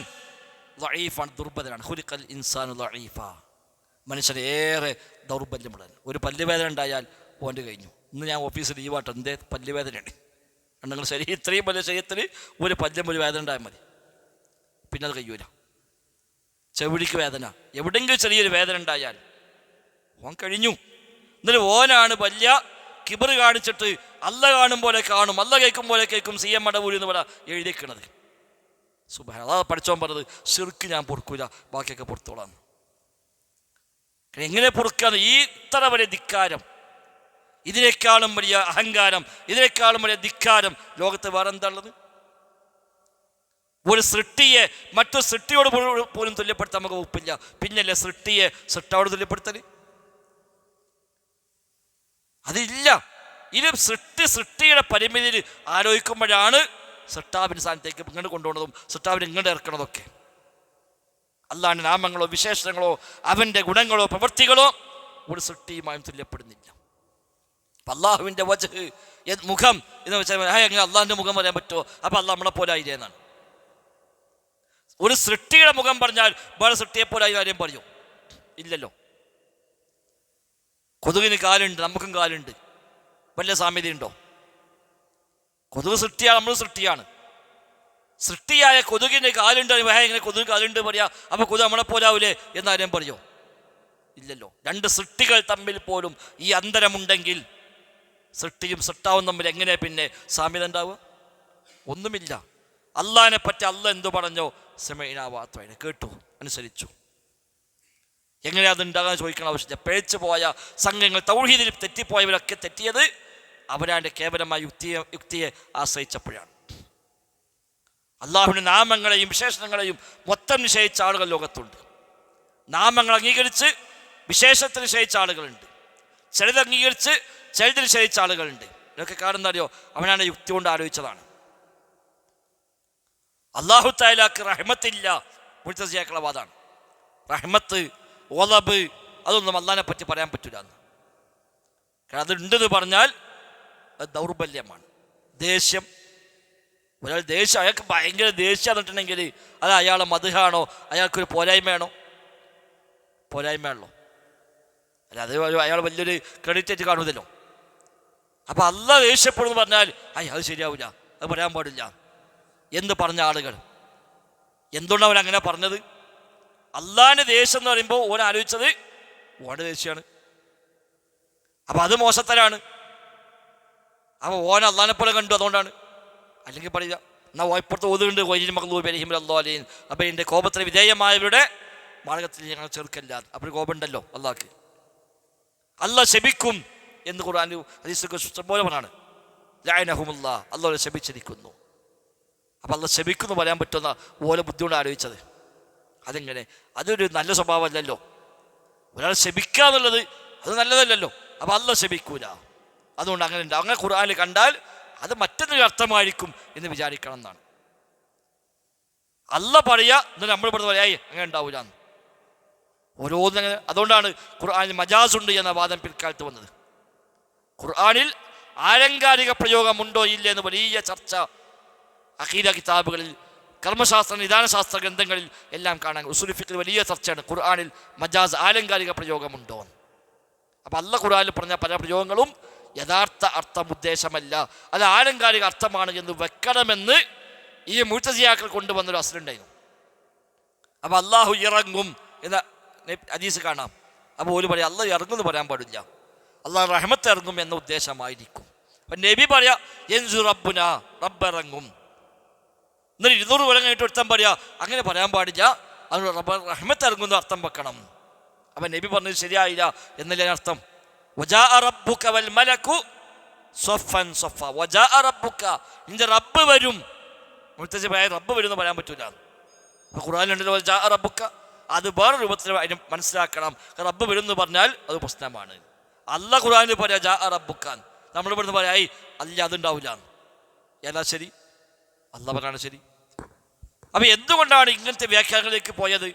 അവനവൻ്റെ യുക്തിയും ബുദ്ധിയും മാത്രം അടിസ്ഥാനമാക്കി റബ്ബിനെ അവൻ മനസ്സിലാക്കാൻ ശ്രമിച്ചു. അശ്അരികൾ, മാതുരീദികൾ, മുഅ്തസിലിയാക്കൾ, ജഹ്മികൾ, ജഅദികൾ, ഖദരികൾ, റാഫിദികൾ, ശിയാക്കൾ തുടങ്ങി എല്ലാവർക്കും പറ്റിയ അബദ്ധങ്ങൾ ഒരു ഭാഗം ഇതാണ്. അവനാണ് യുക്തിയും ബുദ്ധിയും വെച്ചുകൊണ്ടാണ് അവർ ദീന് മനസ്സിലാക്കിയത്. അത് പറ്റില്ല. അല്ലാഹു റസൂലും പഠിപ്പിച്ച അസ്ലി അത് ഉൾക്കൊള്ളാനും അത് മനസ്സിലാകാനുമാണ് ബുദ്ധി ഉപയോഗിക്കേണ്ടത്. ബുദ്ധിയല്ല അവസാനത്തെ വിധി പറയേണ്ടതാണ്. വിധി പറയേണ്ടത് അല്ലാഹു റസൂലുമാണ്. അത് ഗ്രഹിക്കാനാണ് ബുദ്ധി വേണ്ടത്. ഏതായിരുന്നാലും പടച്ച റബ്ബിനോട് പടപ്പുകളെ തുല്യപ്പെടുത്തുന്ന ആളുകൾ അവർക്ക് അല്ലാഹുവിനെ മനസ്സിലായിട്ടില്ല, സ്വന്തത്തെയും മനസ്സിലായിട്ടില്ല, പടപ്പുകളെയും മനസ്സിലായിട്ടില്ല. അവിടെ തൗഹീദ് ശരിയാകണമെങ്കിൽ ഒന്ന് അല്ലാഹുവിനെ അറിയണം. അതിന് അവിടെ നാമങ്ങളെ, ഗുണങ്ങളെ, വിശേഷണങ്ങളെ പഠിക്കണം. അതുകൊണ്ടാണ് 99 പേരുണ്ട്. മൻ അഹ്സാഹ ദഖലൽ ജന്ന. ആ 99 ഒരാൾ ക്ലിപ്തപ്പെടുത്തിയാൽ ദഖലൽ ജന്ന, അവൻ സ്വർഗത്തിൽ പ്രവേശിക്കാം എന്നാണ്. ഇഷ്ടംപോലെ പേര് അല്ലാഹുണ്ട്. ഞാൻ നേരത്തെ പറഞ്ഞല്ലോ, എത്ര പേരുണ്ട് ആർക്കും അറിയില്ല. ഇവിടെ പ്രാർത്ഥനയിൽ കാണാൻ പഠിച്ചോനെ ഇന്നി അസ്അലുക ബികുല്ലി ഇസ്മിൻ ഹുവ ലക സമ്മൈതഹു ബിഹി നഫ്സക. റബ്ബേ, നിനക്ക് നീ വെച്ച എല്ലാ പേരും മുൻനിർത്തി ഞാൻ ചോദിക്കുന്നു റബ്ബേ. എന്നിട്ട് ഓരോന്നും വിശദീകരിച്ചു. എൻ്റെ കിതാബിൽ നീ ഇറക്കിയത്, എൻ്റെ അടിമകളിൽ ആർക്കെങ്കിലും നീ പഠിപ്പിച്ചു കൊടുത്തത്, ഒരാൾക്കും അറിയിച്ചു കൊടുക്കാതെ നിനക്ക് മാത്രം അറിയുന്ന ഗൈബിയായ ഇൽമായി മാറ്റിവെച്ച നിന്റെ പേരുകൾ, അതെല്ലാം വെച്ചുകൊണ്ട് റബ്ബേ ഞാൻ എന്നോട് ചോദിക്കുന്നു എന്ന് നബി ഞങ്ങൾ പ്രാർത്ഥിക്കുന്നുണ്ട്. അപ്പം അള്ളാഹിൻ്റെ പേര് എത്ര ഉണ്ട് അള്ളാഹ്ക്കേ അറിയുള്ളൂ, നമുക്കാർക്കും അറിയില്ല. പക്ഷെ അതിൽ 99 അള്ളാഹു നമുക്ക് അറിയിച്ചു തന്നു. ഖുർആനിലൂടെ ഹദീസിലൂടെ 99 പേര് അറിയിച്ചു തന്നു. ആ 99 പ്രത്യേകത എന്താണ്? മൻ അഹ്സാഹ ദഖലൽ ജന്ന. അതിനർത്ഥം 100ാമത്തെ പേരില്ല എന്നല്ല. ഈ പറയപ്പെട്ടത് ഈ 99 ആണ്. 99 പേരുണ്ട്. ആ പേരുകൾ മൻ അഹ്സാഹ, ഇഹ്സാ ചെയ്താൽ, ക്ലിപ്തപ്പെടുത്തിയാൽ ദഖലൽ ജന്ന, അവൻ സ്വർഗത്തിൽ പ്രവേശിക്കും. ഇത് പേര് മര്യാദയ്ക്ക് പഠിച്ച ഒരാൾ പിന്നെ നരകത്ത് പോവില്ല. അത്രയും വിശിഷ്ടമായ നാമങ്ങളാണ്. ആ നാമങ്ങൾ ശരിയാമണ്ണം ഒരാൾ പഠിച്ചു, അത് ഉൾക്കൊള്ളും. അത് ഉൾക്കൊള്ളുന്ന ഒരാൾ പിന്നെ നരകത്ത് പോണ പണി കൊടുക്കൂല, അവർക്കും പോകൂല. ഒരു അള്ളാഹിനോട് അത്രയും സ്നേഹമുള്ളവനായി മാറും, റബ്ബിനെ അത്രയും ഉൾക്കൊള്ളുന്നവനായി മാറും. പടച്ച റബ്ബിലേക്ക് പരിപൂർണമായി മനസ്സ് തിരിയും. ഒരു പടപ്പിലേക്ക് ഒരു മനസ്സ് പിന്നെ പോവുകയില്ല. ഒരു അല്ലാ മതി, ഹസ്ബി അല്ലാ, എനിക്ക് അല്ലാ മതി. ഒന്നാകെ ഇളകി മറിഞ്ഞ് വന്നാലും വണ സംബന്ധിച്ചൊന്നുമില്ല. ഇബ്രാഹിം നബിയുടെ പ്രഖ്യാപനം അതാണ്. തീയിലേക്ക് എറിയപ്പെടുമ്പോഴും ഹസ്ബി അല്ലാ, എനിക്ക് അല്ലാ മതി, അതിൽ വേറെ വിചാരമൊന്നുമില്ല. റബ്ബിൻ്റെ തീരുമാനം ഞാൻ തീയെ കിടന്ന് മരിക്കാനാണെങ്കിൽ അതുണ്ടാവും. റബ്ബിൻ്റെ തീരുമാനം രക്ഷപ്പെടാനാണെങ്കിലോ രക്ഷപ്പെടും. അതിൽ ടെൻഷനാവേണ്ട ആവശ്യമില്ല. നമ്മൾ ടെൻഷനായതുകൊണ്ട് അവിടെ ഒന്നും മാറ്റം വരാൻ പോടില്ല. നാട്ടുകാരൊന്നടങ്കം ഐക്യകണ്ഠേനെ പാസ്സാക്കിയെടുത്തായിരുന്നു അന്നത്തെ തീ. എല്ലാവരും അതിലേക്ക് വിറക് സംഭാവന ചെയ്തു. ഇബ്നു കസീർ റഹ്മത്തുള്ളാഹിയുടെ അൽബിദായ വന്നിഹായ പോലുള്ള ചരിത്ര ഗ്രന്ഥങ്ങളിൽ കാണാം, ആ തീയിലേക്ക് വിറക് ആളുകൾ നേർച്ച നേർന്നതാണ്. അസുഖമുള്ള മനുഷ്യന്മാരൊക്കെ നേർച്ച നേർന്നു. കാരണം എന്താ? ഓലെ ഇലാഹുകളെ രക്ഷിക്കാനുള്ള തീയാണ്. ഇലാഹുകളെ ആക്ഷേപിക്കുന്നവനെ ഇല്ലാതാക്കി ഇലാഹുകളെ സഹായിക്കാൻ വേണ്ടിയുള്ള തീയാണ്. ഖാലു ഹർരിഖൂഹു വൻസുറു ആലിഹത്തക്കും. ഇബ്രാഹിമിനെ കരിച്ചു കളയാം, നമ്മുടെ ദൈവങ്ങളെ സഹായിക്കാം എന്നവൾ തീരുമാനിച്ചത്. അതുകൊണ്ട് ഒരു സലഫാക്കപ്പെട്ട തീയാണ് ഓല കണക്കിന്. അതുകൊണ്ട് പലരും അതിലേക്ക് നേർച്ച നേടുന്നതാണ്. അസുഖമുള്ള ആളുകളൊക്കെ ഈ രോഗം സുഖപ്പെട്ടാൽ ഈ തീ കുണ്ടാത്തേക്ക് എൻ്റെ വക ഒല്ലോട് വിറക് ഓടെ സോക്കേട് മാറിയതാണ്. ആ നേർച്ചാക്കിയ മനുഷ്യന്മാരെ സോക്കേടൊക്കെ മാറി ഇന്ന് ഇബ്നു കസീറിന്റെ ബിദായത്തുൻ നിഹായി കാണാം. അല്ലാഹ് പരീക്ഷിച്ചതാവനെ എന്നെ ഒന്നൂടെ ഉറക്കാൻ വേണ്ടി കുഫ്റിൽ ഉറപ്പിക്കും മനുഷ്യന്മാർ. അല്ലാഹുവിന് ഇവിടെ ശിക്ഷ കൂടുതൽ അർഹമായി മാറാൻ വേണ്ടി അർഹതയില്ലാത്തവർ അല്ലാഹുവിൽ അവിടുത്തെ ഉറപ്പിച്ചെടുത്തു. തൗഹീദ് സ്വീകരിക്കണമെങ്കിൽ ഒരു അർഹത വേണം.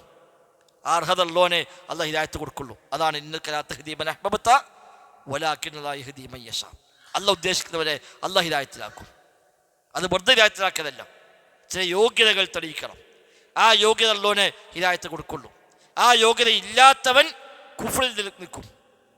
കുഫ്റിൽ നിൽക്കുന്ന ആളുകളെ അല്ലാഹു തആല കുഫ്ർ വർദ്ധിപ്പിക്കും, കുഫ്റിൽ വർദ്ധിപ്പിക്കും. എന്തിനാ? അവർ കൂടുതൽ ശിക്ഷാർഹരായി മാറാൻ. അപ്പോൾ ഒരു നിലക്കും പിന്നെ ഓന് ഒരു മാപ്പിനും ഒരു യോഗ്യതയില്ലാന്ന് പൂർണ്ണമായും ബോധ്യപ്പെടാൻ വേണ്ടി അവൻ മുന്നോട്ട് പോകും തോറും കുഫ്ർ കൂടി കൂടി കൂടി കൂടി വരും. കുഫ്ർ വർദ്ധിക്കും. അവർക്ക് ഒരു തൗബ അല്ലാഹ് സ്വീകരിക്കുക പോലുമില്ല. അങ്ങനെ ചിലോ ചില അല്ലാഹ് നേരത്തെ പ്രഖ്യാപിച്ചത് പോലും കാണാം. അബൂലഹബിനെ പറ്റി പറഞ്ഞില്ലേ, അബൂലഹബ് ജീവിച്ചത് പ്രകാരത്താ പറഞ്ഞത് സയസ്ലാബ് ഓ നരകത്ത് പോകുന്നു അല്ലാഹ് പറഞ്ഞപ്പോൾ അബൂലഹബ് ജീവിച്ചിരിപ്പുണ്ട്. തമാശക്കെങ്കിലും അബൂലഹബിന് തീരുമാനിക്കാലോ, ഞാൻ മുസ്ലിം ആകാം, ഈ ആയത്ത് മുഹമ്മദ് എന്താ കാട്ടുമ്പോൾ നോക്കാലോ എന്ന് പറഞ്ഞാൽ പോലെ. വെറുതെ അങ്ങാടിക്ക് ഇറങ്ങിയിട്ട് അബൂലഹബ് ഷഹാദത്താണ് പ്രഖ്യാപിച്ചാൽ ഈ ആയത്തോട് നബി കുടുങ്ങൂലപ്പോ നീ ആയത്തോതാൻ പറ്റുമോ? പക്ഷെ അങ്ങനെ പ്രഖ്യാപിക്കാൻ പോലും ഓൻ തോന്നൂലാന്ന്.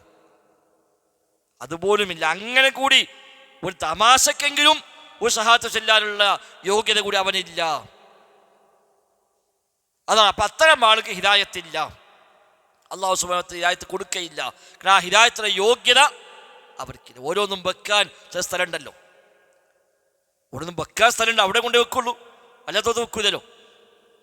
കടയിൽ പോയാൽ പൂളക്കേക്ക് വിൽക്കണ കട പോലല്ല സ്വർണം വിൽക്കണ കട. പൂളൊക്കെ കൊടുത്ത് പൂളവിടെ പുറത്തുണ്ടാവും, ചാക്കിലവിടെ പുറത്തിട്ടുണ്ടാവും. കട പൂട്ടി പോകുമ്പോൾ പോലും ഉള്ളിൽ വെക്കൂല. ബാക്കി എല്ലാം ഉള്ളിൽ വെച്ചാലും ഇതവിടെ പുറത്തിട്ട് പോകാം. ആരും കെട്ടുകൊണ്ടുപോകില്ല, അരപ്പ കൊണ്ടുപോകുക, അതവിടെ പുറത്തിടുക. നമ്മൾ ചോദിച്ചാൽ ഇത് സ്ഥലത്ത് തന്നെ എടുത്തു പറയും. രണ്ടിനപ്പം എന്നാ അതുരാസക്കാരെ വെച്ചോ, നമുക്ക് എടുത്തേക്കാം, അത് ഓൻ നോക്കുന്നില്ല. എന്നാ സ്വർണ്ണക്കടയിൽ പോയി അങ്ങനെ പറയോ, എന്നാ എനിക്ക് ഇഷ്ടം എടുത്തുന്ന് അറിയോ, അവർ പറയുന്നല്ലോ. അത് നമ്മൾ ഇരുത്തി ആദ്യം ചായയും വെള്ളമൊക്കെ തന്ന് എന്നിട്ടൊക്കെ സ്വീകരിച്ച് വർത്തനൊക്കെ പറഞ്ഞ് പരിചയപ്പെട്ട് എന്നൊരു കാര്യങ്ങളൊക്കെ പറഞ്ഞു എന്നിട്ടാണ് പിന്നെ ഓരോന്നെടുത്ത് ആ തുലാസർക്കം ഒരു കൂട്ടിനുള്ളിൽ വെക്കുക, പുറത്തേക്കൂല. ഇനി എടുക്ക കഴിഞ്ഞ് കച്ചവടം ഉറപ്പിച്ചാലോ നിങ്ങൾ തരുമോ? ഇല്ല. അത് പേപ്പറിൽ പോയി പിന്നെ വേറെ ഒരു പാത്രത്തിൽ വെച്ച് പിന്നെ വേറെ വെച്ച് പിന്നെ ഒരു പെട്ടി വെച്ച് പിന്നെ വലിയൊരു ബോക്സാക്കി എന്നിട്ടാ തരിക. ഇത് കൊണ്ടുപോകേണ്ട അയച്ചു എന്തോ വലിയ സാധനമല്ല, അത്ര ഉണ്ടാവുള്ളൂ. ഇത് ഓരോന്ന് വെക്കാൻ ഓരോ സ്ഥാനമുണ്ട്.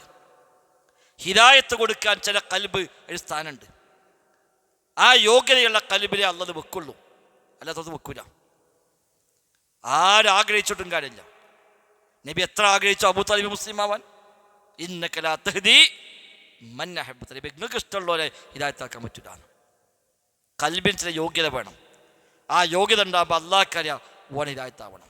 ആ യോഗ്യത ഇല്ല എന്ന് ബോധ്യപ്പെട്ടോടത്ത് ഓൻ എത്ര എന്ത് കെട്ടിപ്പോയാലും വേണ്ടില്ല, ഹിദായത്ത് കിട്ടൂല. ഇനി പേര് പ്രത്യക്ഷത്തിൽ മുസ്ലിം ആയാൽ പോലും അവസാനം കാഫിറായിട്ട് മരിച്ചു പോകും. ഓന് യോഗ്യത സ്വർഗത്ത് കൊണ്ടുപോകാൻ പറ്റൂല. സ്വർഗം വിശുദ്ധമാണ്, പരിശുദ്ധമായതാണ്, അതിലേക്ക് കൊണ്ടുപോകാൻ പറ്റില്ല. ഉഇദ്ദത്തുൽ മുത്തഖീൻ, അത് മുത്തഖീങ്ങൾക്കുള്ളതാണ്. അവിടേക്ക് പോകാൻ പല യോഗ്യതയില്ല. പക്ഷെ നമ്മുടെ മുസ്ലിമാണ് താനും. അപ്പം കാരണം അവസാനം വെച്ചോ നേരെ കോലം മാറും മരിക്കണ മുമ്പ്. കാരണം എന്താ അറിയോ, ഇങ്ങനെ മരിച്ചാൽ ഒരു കാലത്തെ സ്വർഗത്ത് പോകേണ്ടി വരും. അപ്പം അതല്ല സമ്മതിക്കൂല, അത് വേണ്ട, എൻ്റെ സ്വർഗത്തേക്ക് കയറാൻ പറ്റൂല. നമ്മൾ ചിലപ്പോൾ പറയും നമ്മളെ മക്കളെ വരെ ഇനി വളപ്പുകൾ ചവിട്ടാൻ പാടില്ല അറിയും. അതെന്താ? ഓനൊരു യോഗ്യത ഇല്ല. പിന്നെ നമ്മൾ മാപ്പ് കൊടുക്കും, എല്ലാം കൂടി പറഞ്ഞ് കഴിക്കാൻ അവസാനം പിന്നെ എന്നായിക്കോട്ടെ എന്ന് പറയും. അപ്പം എന്നതുപോലെ ചില ആളുകൾക്ക് യോഗ്യതയില്ലാത്തത് കൊണ്ട് അല്ലാഹു ഹിദായത്ത് നൽകൂല. എല്ലാം റബ്ബാണ് നിശ്ചയിക്കുന്നവൻ. മനുഷ്യൻ്റെ കൽബ് റബ്ബിൻ്റെ കയ്യിലാണ്. ആ യോഗ്യത ഉണ്ടാകുമ്പോൾ തൗഹീദ് സ്വീകരിക്കാൻ കഴിയും. കുറേ കാലം കിതാബ് ഓതിയോണ്ട് തൗഹീദ് മനസ്സിലാവുന്നില്ല. ഒരുപാട് കാലം കിതാബ് ഓതി എത്ര മനുഷ്യന്മാരുണ്ട്? 30, 40, 50, 60 കൊല്ലം കിതാബ് ഓതി ഒരുപാട് ശിഷ്യന്മാരുണ്ട്, ഒരുപാട് കിതാബ് എഴുതിയ ആളാണ്. പക്ഷെ തൗഹീദ് മാത്രം മനസ്സിലാവില്ല, ബാക്കിയൊക്കെ മനസ്സിലാവും.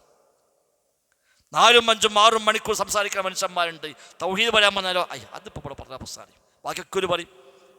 സുമ്മും ബുക്മുൻ ഉംയുൻ ഫഹും ലാ യർജിഊൻ എന്ന ആയത്തിൽ ഇബ്നു സമീർ റഹ്മത്തുള്ളാഹി തഫ്സീറിൽ കാണാം, ചില ആളുകൾ ബധിരന്മാരും മൂകരും അന്ധരുമാണ് എന്നാണ് ആയത്തിനർത്ഥം. അതിനർത്ഥം അവർക്ക് മിണ്ടാൻ കഴിയില്ല. ഒരു ബാക്കിയെല്ലാം ഉണ്ടും, ഹക്ക് മാത്രം മിണ്ടാൻ കഴിയില്ല. ബാക്കിയെല്ലാം കാണും, ഹക്ക് മാത്രം കാണൂല. ബാക്കിയെല്ലാം കേൾക്കും, ഹക്ക് മാത്രം കേൾക്കൂല. അങ്ങനത്തെ മനുഷ്യന്മാരുണ്ടാവും. എത്ര ഭാഷ അറിയാം, ലോകത്ത് പല സ്ഥലത്തും സഞ്ചരിച്ചു, അവിടെ എല്ലാം പോയി സംസാരിച്ചു, എവിടെയും അവനെ പറഞ്ഞേക്കാൻ പറ്റും. അങ്ങനത്തെ ആളോട് നിങ്ങൾ ആ സ്റ്റേജ് വരെ ഒരു 5 മിനിറ്റ് ഇതൊന്ന് പറഞ്ഞിട്ട് അത് ഇവിടെ പറഞ്ഞ ശരിയാണ്, പ്രശ്നമാണ്, അത് ഞാൻ പറയുന്നതാണ്, അതുകൊണ്ട് പറയുന്ന ആവുകൊണ്ട് പൊന്തൂല, അത് അസുമ്മും ബുക്കും എന്നാണ്. അതവന് കാണൂല, ബാക്കിയൊക്കെ കാണും, ബാക്കി എല്ലാം കേൾക്കും. നേരത്തെ വൈകുന്നേരമാവോളം എല്ലാ ന്യൂസും കേൾക്കും, 5ഉം 6ഉം പത്രം വായിക്കും, എല്ലാ പുസ്തകങ്ങളും വായിക്കും. പക്ഷെ ഇങ്ങനത്തെ മാത്രം അത് വേണ്ട, അത് ശരിയാവില്ല. അതൊക്കെ ഈ പറഞ്ഞ അടക്കലാണ്.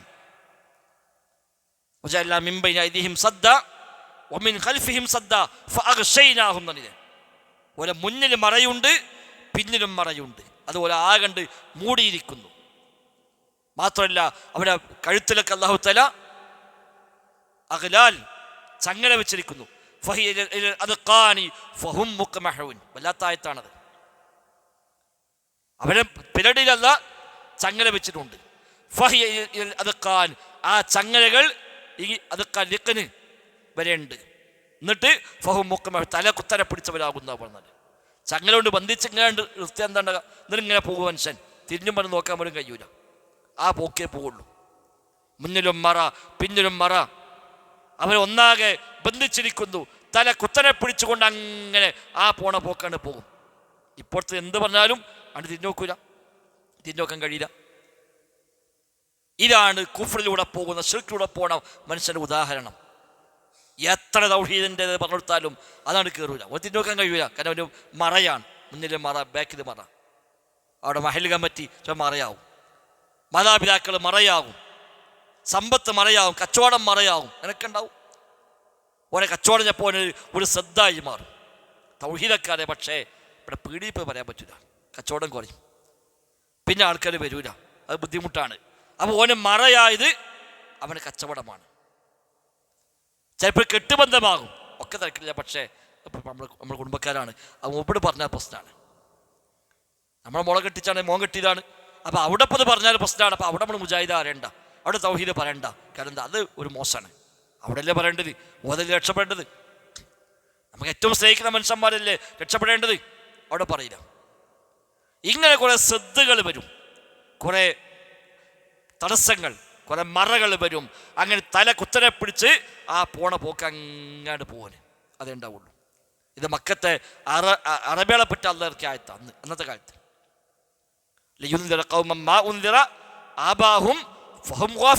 എന്ന് പറഞ്ഞിട്ടാ പറഞ്ഞത്. ബാപ്പന്മാർക്ക് താക്കീത് കിട്ടിയിട്ടില്ലാത്ത തലമുറയാണിവർ, അവർ അശ്രദ്ധയിലാണ് എന്ന് പറഞ്ഞിട്ട് പറഞ്ഞ. അവരുടെ മുന്നിൽ മറയുണ്ട്, പിന്നിൽ മറയുണ്ട്, ചങ്ങലകളെ ബന്ധിതമാണ്, തല കുത്തനെ പിടിച്ചവരാണ്. അതുകൊണ്ട് ഓല ആ പോക്കേ പോകുള്ളൂ. സവാഉൻ അലൈഹിം അഅൻദർതഹും അം ലം തുൻദിർഹും ലാ യുഅ്മിനൂൻ. നബിയെ നിങ്ങൾ താക്കീത് ചെയ്താലും ശരി ഇല്ലെങ്കിലും ശരി ഓല് വിശ്വസിക്കാൻ പോകുന്നില്ല. കാരണം എന്താണ്, അടുത്തായത് എന്താ? ബാക്കി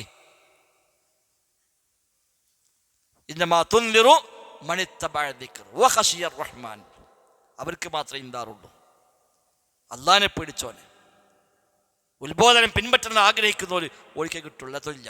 അല്ലാത്തവരൊക്കെ കൽബല്ല സീല് വെച്ച് പോയി, മുദ്ര വെച്ച് പോയി.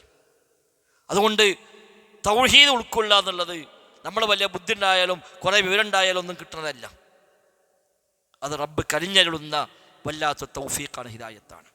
അതിന് 2 കാര്യം അറിയണം. ഒന്ന്, മഅരിഫത്തുൽ അബ്ദി റബ്ബഹു, അടിമ തൻ്റെ റബ്ബിനെ അറിയണം.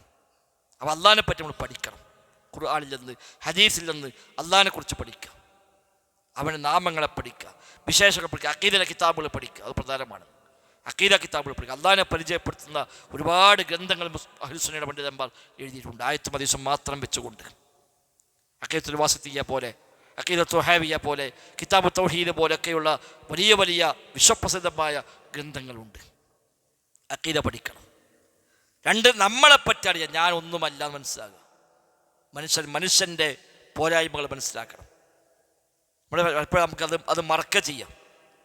നമ്മളിങ്ങനാണ്ട് തുണികുപ്പായൊക്കെ മാറ്റി ഇറങ്ങുമ്പോൾ നമുക്ക് തോന്നും ഞാൻ എന്തൊക്കെയാണ്. അവിടെ നമ്മൾ ചതിയപ്പെട്ടു പോണത്. തുണികുപ്പായം മാറ്റി കുറച്ച് വലിയ വണ്ടിയും കൂടി ആയാൽ പിന്നെ കുറച്ചുകൂടി നമ്മൾ പൊന്തി, കുറച്ച് വലിയ വീട്, വലിയ സൗകര്യം, അവിടെ സെക്യൂരിറ്റിക്കാർ ഗേറ്റുകളൊക്കെ ഉണ്ടെങ്കിൽ പിന്നെ നമ്മൾ വലിപ്പം കൂടിയപ്പോൾ ഒന്നുമില്ല. നേരത്തെ പറഞ്ഞ പോലെ ഒന്ന് വെച്ചുത്തി വിടാൻ മതി ഓന് കഴിയാൻ, എത്ര വലിയവനായിക്കോട്ടെ. ഇപ്പോൾ ലോകത്ത് യുദ്ധം പൊട്ടിയപ്പോൾ വലിയ വലിയ ലോകം വിറപ്പിക്കണ മനുഷ്യന്മാർ വരെ ഒരു ഓഫീസിലില്ല, കൊട്ടാരത്തിലില്ല, എവിടെയൊക്കെ ബങ്കറിൽ പോയി ഉത്തരക്കപ്പോൾ ഇത്തരത്തിലുള്ള മനുഷ്യനുള്ളൂ.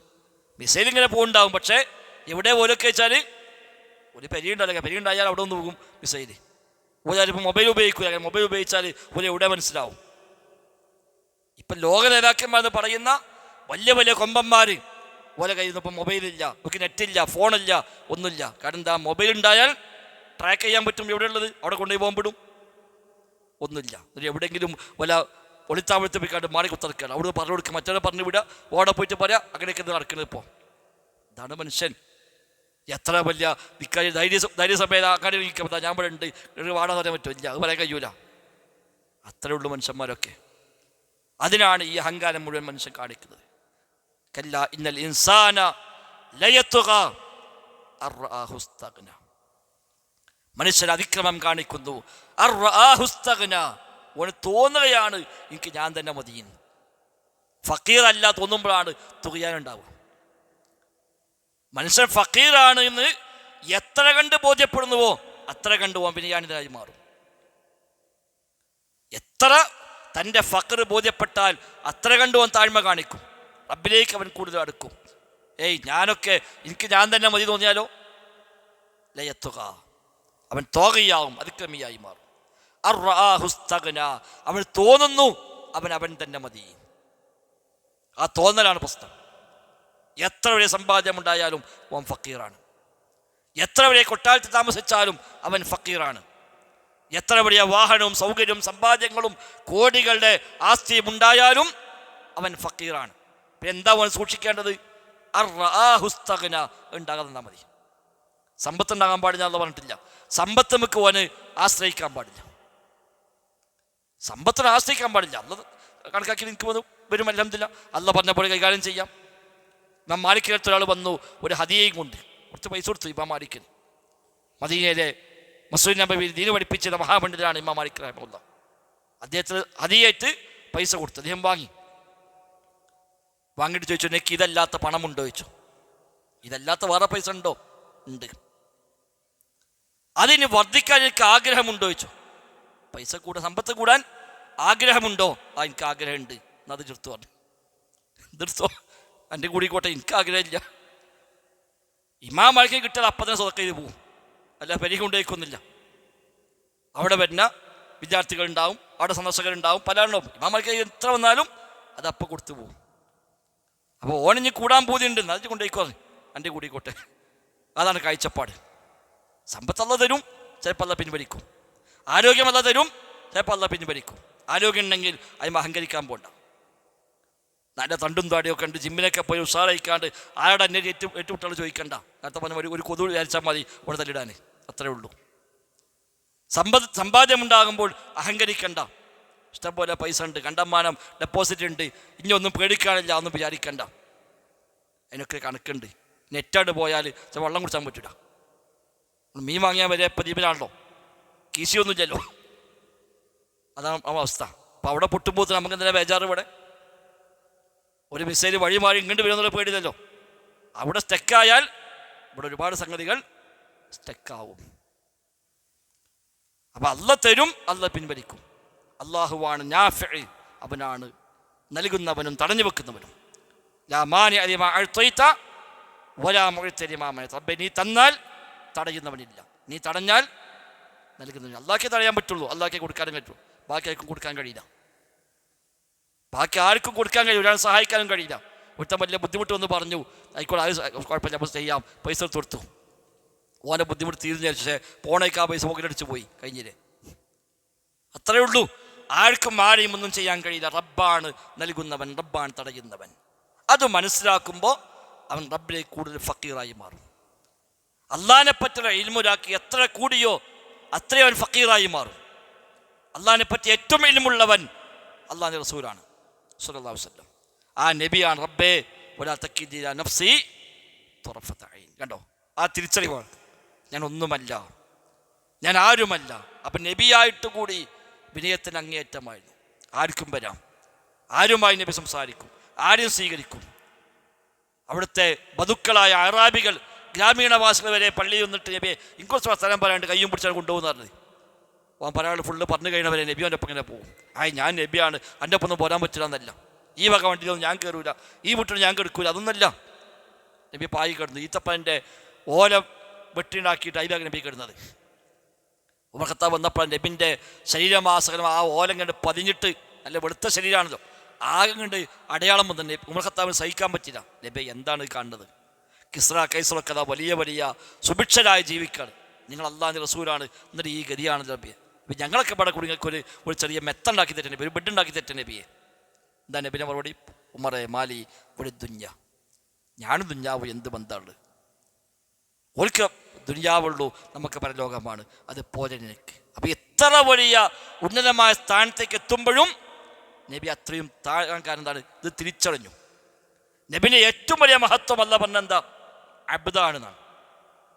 അബ്ദാണ്. ഇസ്രാ പറഞ്ഞപ്പോൾ എന്താ പറഞ്ഞു? സുബ്ഹാനല്ലദീ അസ്റാ ബി അബ്ദിഹി. നബിൻ്റെ വലിയൊരു മുഅ്ജിസത്തല്ലേ ഇസ്രാ. ആകാശത്തേക്ക് 7 ആകാശത്തേക്കും കടന്ന് അതിനപ്പുറം പോയി അള്ളാഹുമായി സംസാരിച്ചു പറഞ്ഞാൽ അതിലും വലിയ സ്ഥാനം എന്താ? അത് പറയുമ്പോൾ അല്ലാഹ് പറഞ്ഞത് അബ്ദ് എന്നാണ്, അടിമ. ഏറ്റവും വലിയ സ്ഥാനം അടിമയാവുക എന്നുള്ളതാണ്. അത് മോശത്തരല്ല. അള്ളാഹിൻ്റെ അടിമ പറഞ്ഞാൽ അത് വലിയ അംഗീകാരമാണ്. ഓൻ പിന്നെ പറഞ്ഞു നോക്കാമല്ലോ. അടിമൻ്റെ സുഗന്ധാണ്. ഉടമ പറഞ്ഞ് മാത്രം ചെയ്താൽ മതി, പറഞ്ഞു നോക്കണ്ട. ഉടമ എന്ത് പറഞ്ഞോ അത് ചെയ്താൽ മതി, പറഞ്ഞു നോക്കണ്ട. അടിമക്ക് സമ്പത്തില്ല, അടിമൻ്റെ സമ്പത്ത് ഉടമയുടേതാണ്. അടിമക്ക് ഫ്രീ ആണ്, തിന്നാൻ ഉടമ കൊടുക്കും, എല്ലാം ഉടമ കൊടുക്കും. ഉടമ പറഞ്ഞാൽ പണിയെടുത്താൽ മാത്രം മതി, വേറൊന്നും അറിയണ്ട. നമ്മളടുത്ത് 10 ഉറുപ്പ്യ ഉണ്ടെങ്കിൽ ആ 10 ഉറുപ്പ്യ കള്ളം കൊണ്ടുപോകുന്നൊരു ടെൻഷനെങ്കിലും വേണ്ടേ? അടിമക്കതില്ല, അവനത്തെ പൈസ ഇല്ല, സമ്പാദിച്ചത് ആ സമ്പാദ്യം ഉടമയുടേതാണ്. അതാ അടിമ എന്നുള്ളത്. അള്ളാൻ്റെ അടിമ നമ്മളടുത്തൊന്നുമില്ല. ഈ തടി പഠിച്ചോൻ്റെതാണ്, ഈ ഭൂമി അള്ളാൻ്റെതാണ്, ശ്വസിക്കുന്ന ശ്വാസം പഠിച്ചോ നിശ്ചയിച്ചതാണ്, കുളിക്കുന്ന വെള്ളം അല്ല തന്നതാണ്, എല്ലാം അള്ളാൻ്റെ വകയാണ്. പിന്നെ എന്താ നമുക്ക് വേജാറ്? അതാണ് ഫക്കീർ. അൻതുമുൽ ഫുഖറാ ഇലല്ലാഹ്. അള്ളയാണ് ഗുനിയ്യ്, ഞാൻ ഗുനിയ്യല്ല. അള്ളയാണ് ഗുനിയ്യ്, ഞാൻ ഫക്കീറാണ്, ഒന്നുമല്ലാത്ത ഫക്കീർ. എല്ലാം റബ്ബ് തന്നിട്ട് മാത്രമുള്ളവൻ. അത് ആവശ്യക്കാരായത് കൊണ്ട് മാത്രമല്ല, ദാത്തിയായ നമ്മുടെ അവസ്ഥയാണ്. നമ്മളാണ് എന്ന പോലെ തന്നെ നമ്മൾ ഫക്കീറാണ്, നമ്മൾ അടിമകളാണ്, നമ്മൾ മഖ്ലൂഖാണ്, സൃഷ്ടിയാണ് എന്നപ്പോൾ നമ്മൾ ഫക്കീറുമാണ്, അല്ലാഹ് ഗുനിയ്യുമാണ്. അത് ദാത്തിയായിട്ടുള്ളതാണ്. ഇത് മനസ്സിലാക്കിയാൽ പിന്നെ ഓനെ എവിടേക്കും പോവില്ല, അള്ളാഹിനൊപ്പം കൂടും.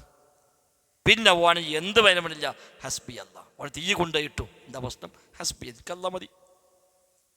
ആളുകൾ ഒന്നാകെ വരുന്നുണ്ട്. ഹസ്ബുനല്ലാഹു വനിഅമൽ വക്കീൽ പ്രഖ്യാപിച്ചു. ബദർ സുഖയിലാണത്. ബദർ യുദ്ധം കഴിഞ്ഞിട്ട് ഇടക്കാലത്തുണ്ടായ ഒരു ബദർ ഉണ്ടായിരുന്നു. ഒഴുത് കഴിഞ്ഞിട്ട്, ഒഴുത് കഴിഞ്ഞ ഒഴുത് കുറച്ച് വിജയം കിട്ടില്ല മുസ്ലിങ്ങൾക്ക്. മുസ്ലിങ്ങൾക്ക് വിജയം കിട്ടി. കഴിഞ്ഞു പോകുമ്പോൾ അബൂ സുഫിയാൻ പ്രഖ്യാപിച്ചു, അടുത്ത കൊല്ലം നമുക്ക് ബദറിൽ വെച്ചൊന്നുകൂടെ കാണാം. ഒഴുത് കഴിഞ്ഞ് മടങ്ങുമ്പോൾ അബൂ സുഫിയാൻ മുസ്ലിങ്ങളുടെ നേതാവാണ്. അബൂ സുഫിയാൻ പ്രഖ്യാപിച്ചു, നമുക്ക് അടുത്ത കൊല്ലം ബദറിൽ വെച്ച് കാണാം. ആയിക്കോട്ടെ, കാണാമെന്നും പറഞ്ഞു.